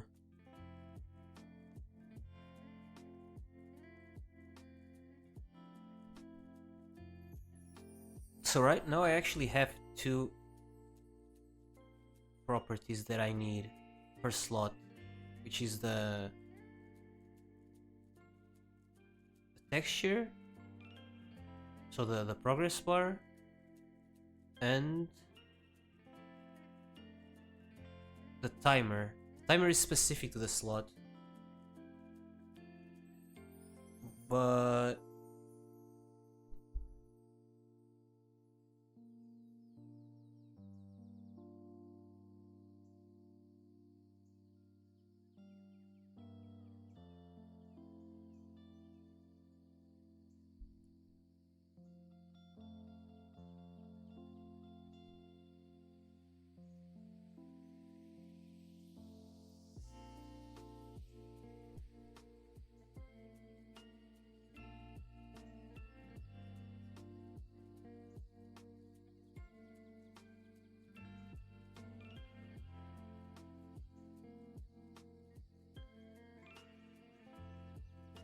do I put together like an array of no? I would need a dictionary, right? Dictionary for items and a dictionary for item slots, right?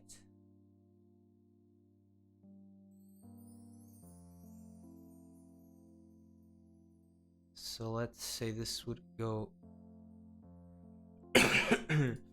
up here, and then I would have something like this, and it would be item slots, right? And it would have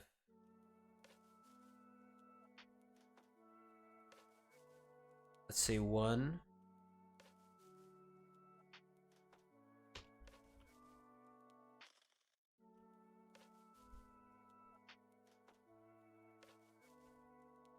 2, 3, 4.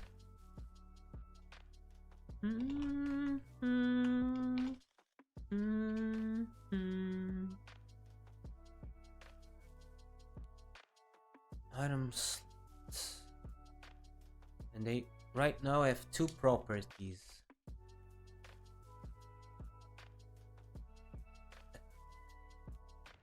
Timer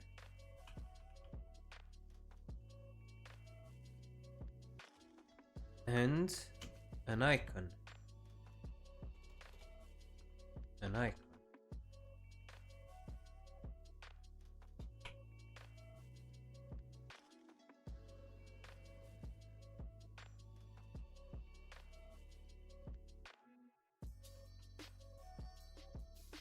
Wait, oh right. The icon can be this, right? Because it's getting assigned on the ready. Think it works? So icon, right?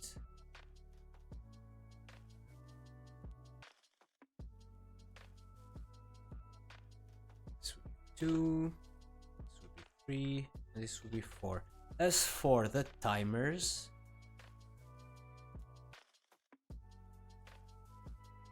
I should just keep the path actually.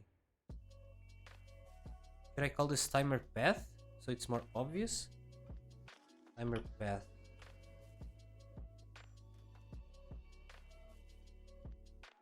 Because no point in doing this. Unless if I assign them all on ready, does it work? For now, let's just do this.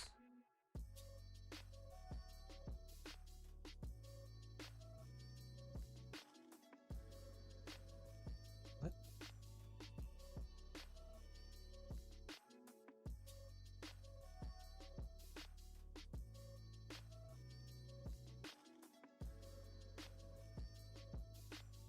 Let's actually try printing some stuff on ready.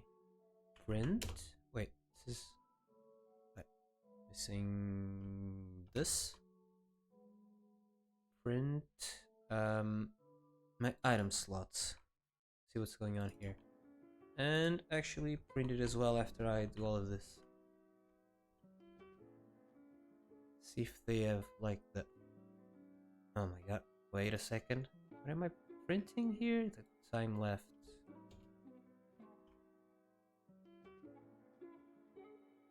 Okay. So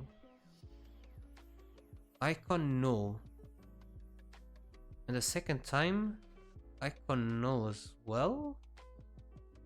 Huh. Icon should not be null anymore after this runs.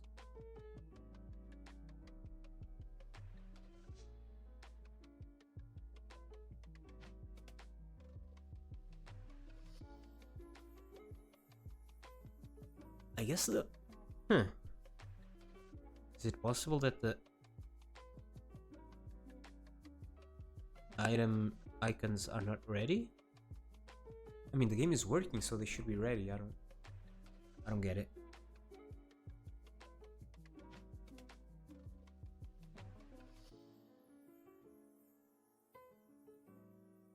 Why did I do it like this again? Something to do with...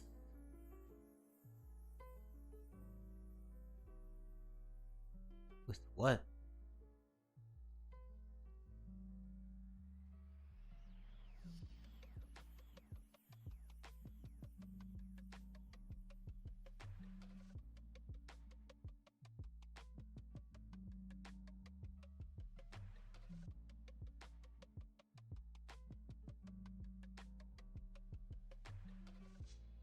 Huh. Oh, right. I did it like this because it's... I can't access it from the... Or can I access it? No. It's not in the tree, right? Because it... The item bar is its own scene. So the child nodes are not accessible, I think. Yeah. But why are they not getting assigned? Oh, right, because item slots does not get updated. Wait. So this... Wait, what? Oh my god, I don't know how this works. Is this an actual reference to this? Or does this just take the value that's in here? From this behavior, it seems that it just takes the value that's in here. Which is weird. Why does it do that? Why does it not create a reference to what's in here? And get changed when I update it. Wait, I'm using it here and it's working. Oh, right. This is getting changed, but the item slots thing is not getting changed.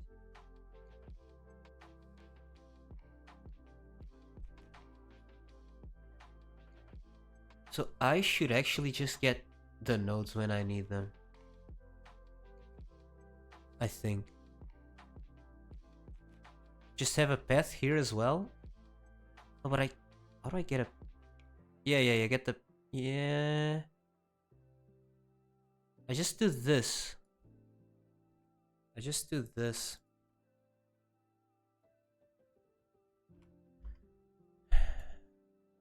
don't know if it's the best solution, but it will work at least, I think.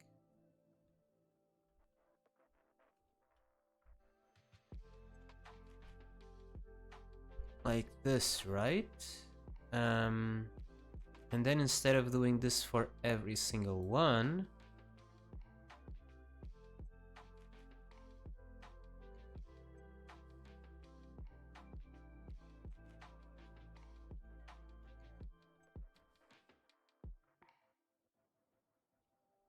when I want to access the item, which is in here,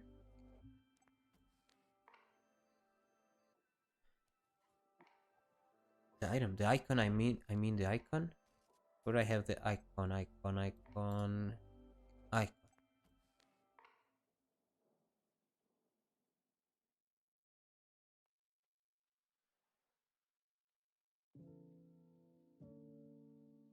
Icon, icon.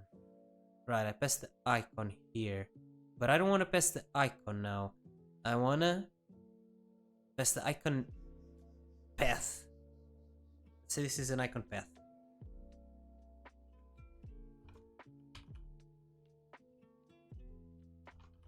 Icon path. And when I call this in here, I just send the icon path. Wait, no, that's not what I wanted to do. I want to send a slot. Right? Item slots. So let's say this is an item slot, which is an integer, right? In here we send 1, 2, 3, 4, I guess. Not very readable, but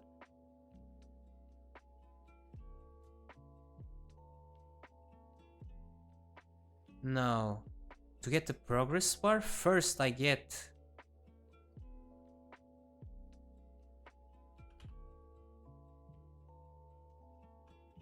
node.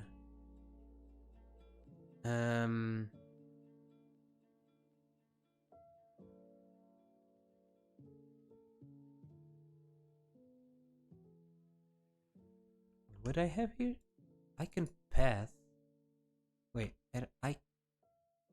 icon there before. I received an icon. I received an icon.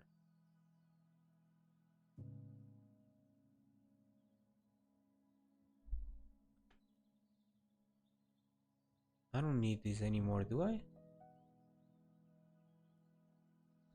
Oh, and in dash I need to send 0 here.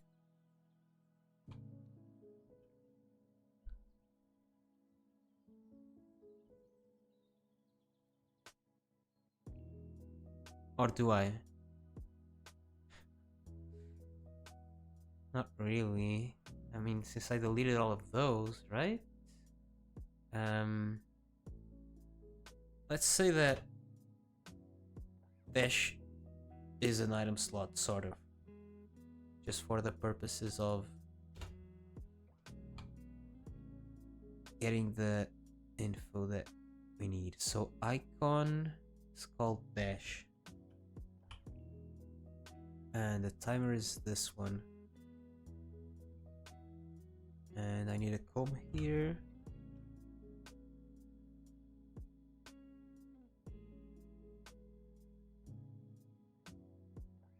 And then I pass this and this, right? And these in this case they're coupled, but here they are independent.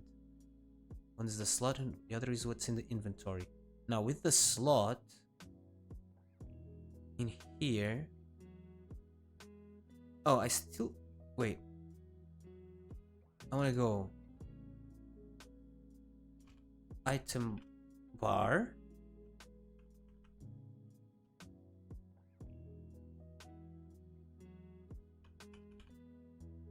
get node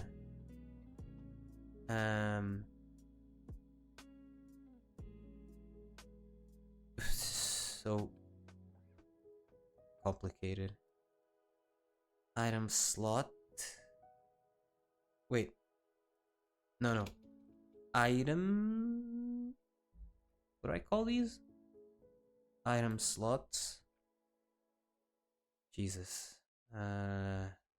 Item slots.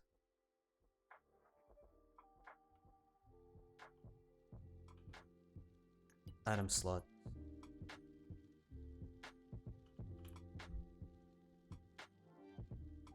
Item slot.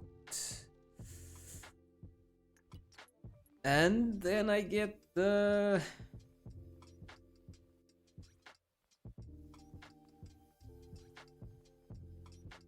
icon. I mean, let's delete these, I guess.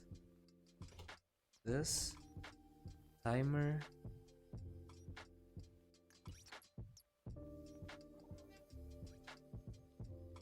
And here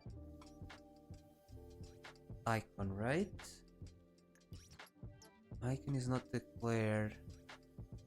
Oh, right. This is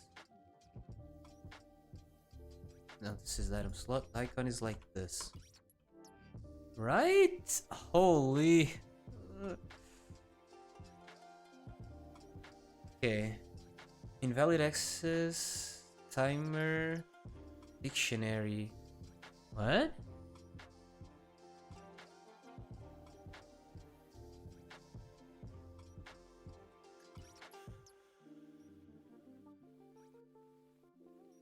What? Invalid access to property or key timer. In object type dictionary. Oh, I don't have a timer in the items dictionary. Right, because the timer is not related to the items. So if I want to set the cooldown, I need to go to the item slot. So I go item slot, and then timer.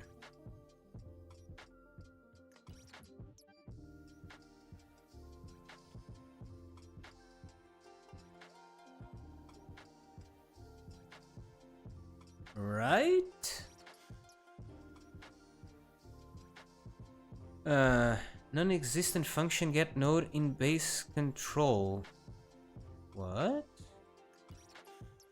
Oh, it's like get child or something, right? Wait. How do I get it? Get what?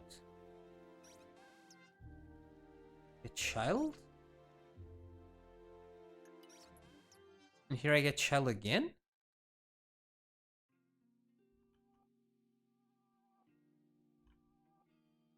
Oh, wait. Cannot pass a value of type string as int. Oh, wait. What does the get child do?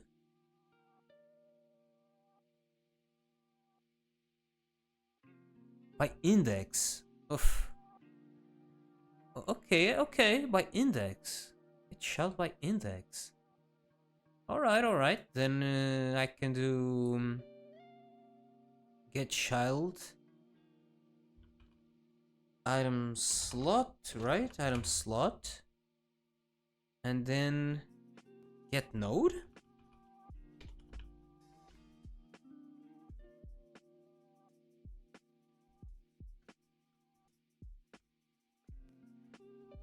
Okay. 1 nothing happens, 3 nothing happens. I press 2, that gets on cooldown. And when I press 4, that gets on cooldown. Just so it looks nicer, let's say that the cooldown on this is 2 and the cooldown on this is 10. So it's visually different, and I am not calling the right function here. Right, how do I define the item that I call? Oh, by the inventory, right? Kind of? Inventory. But how do I say that if I have hex, I call function test item X.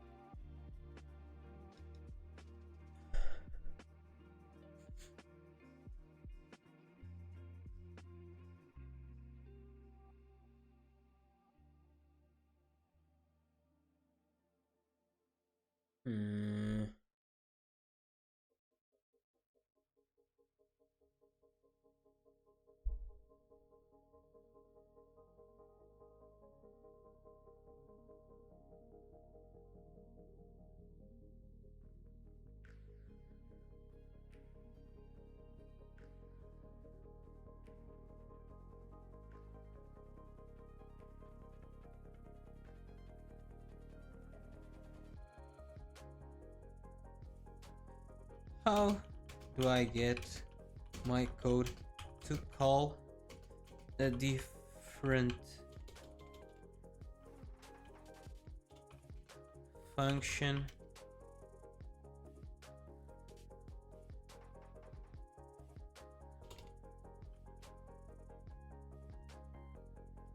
by just passing in a different...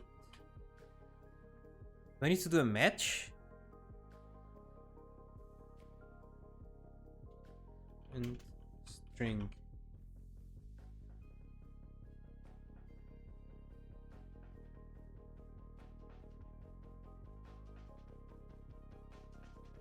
Call action.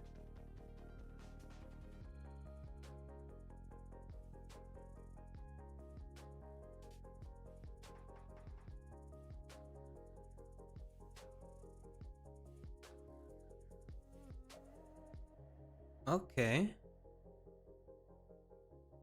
Then let's actually say this is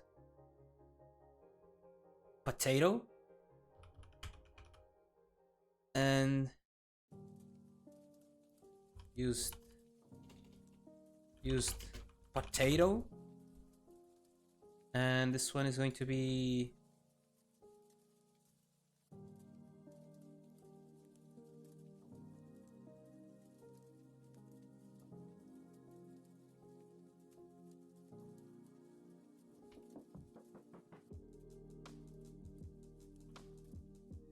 known item.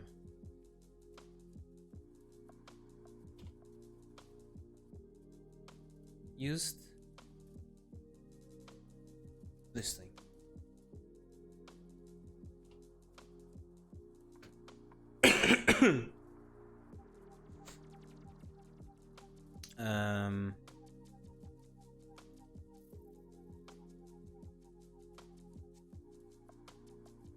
Then I go to my inventory.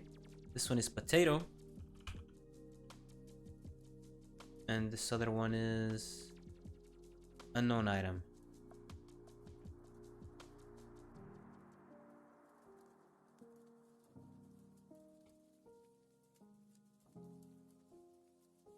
Needs to be the same, right? Credible items. So now in all of these, I can say call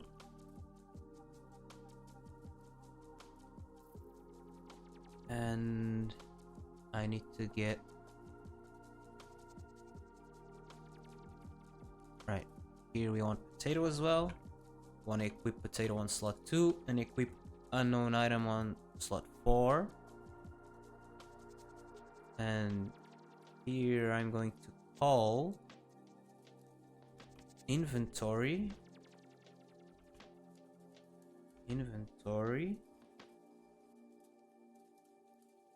And here it is 0.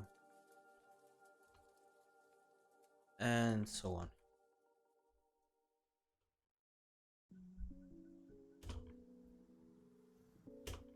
So 0, 1, 2, 3. Right? Then here is going to call nothing. I don't know what that will do.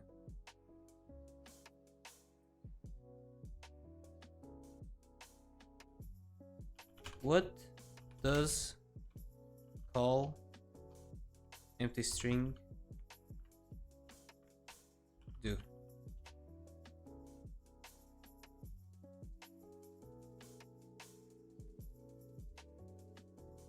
Will do nothing. Nice. Perfect. Then is this good to go?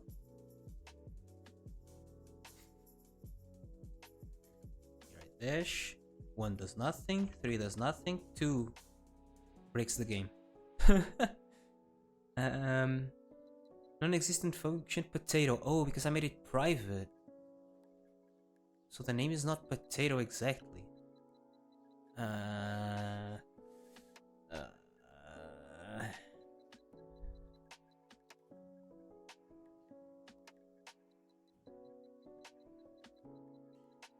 I can't do string like concatenation or something here, but it's just gonna be terrible. And I'll make this public, nobody cares.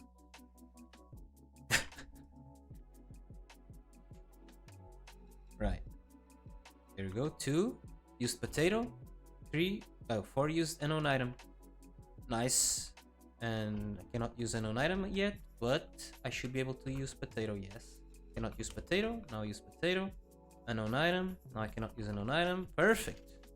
Let's go!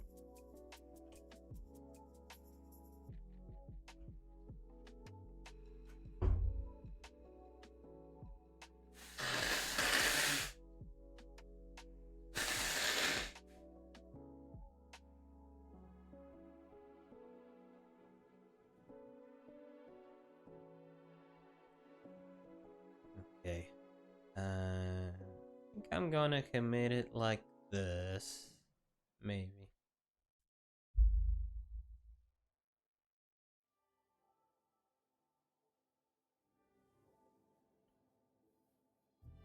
I think I'm gonna even leave the potato in here.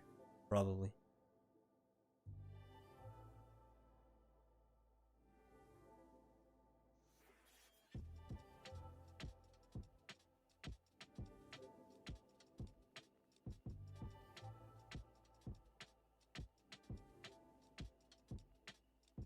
I'm happy with this. Incredible. Okay, so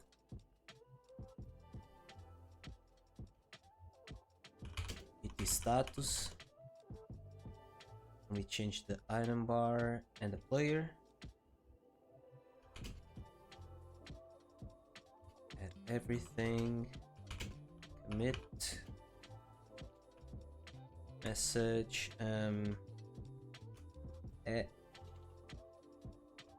Finish.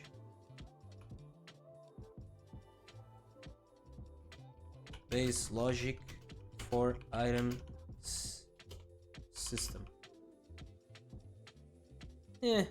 Not perfect, but best I can do for now. I mean, not the message, the code. Git push.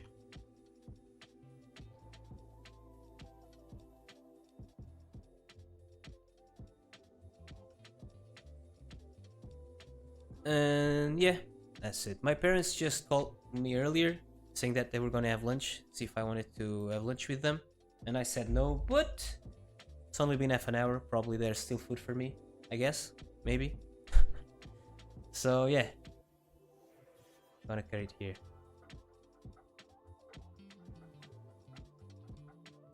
Thanks for hanging, and excuse me.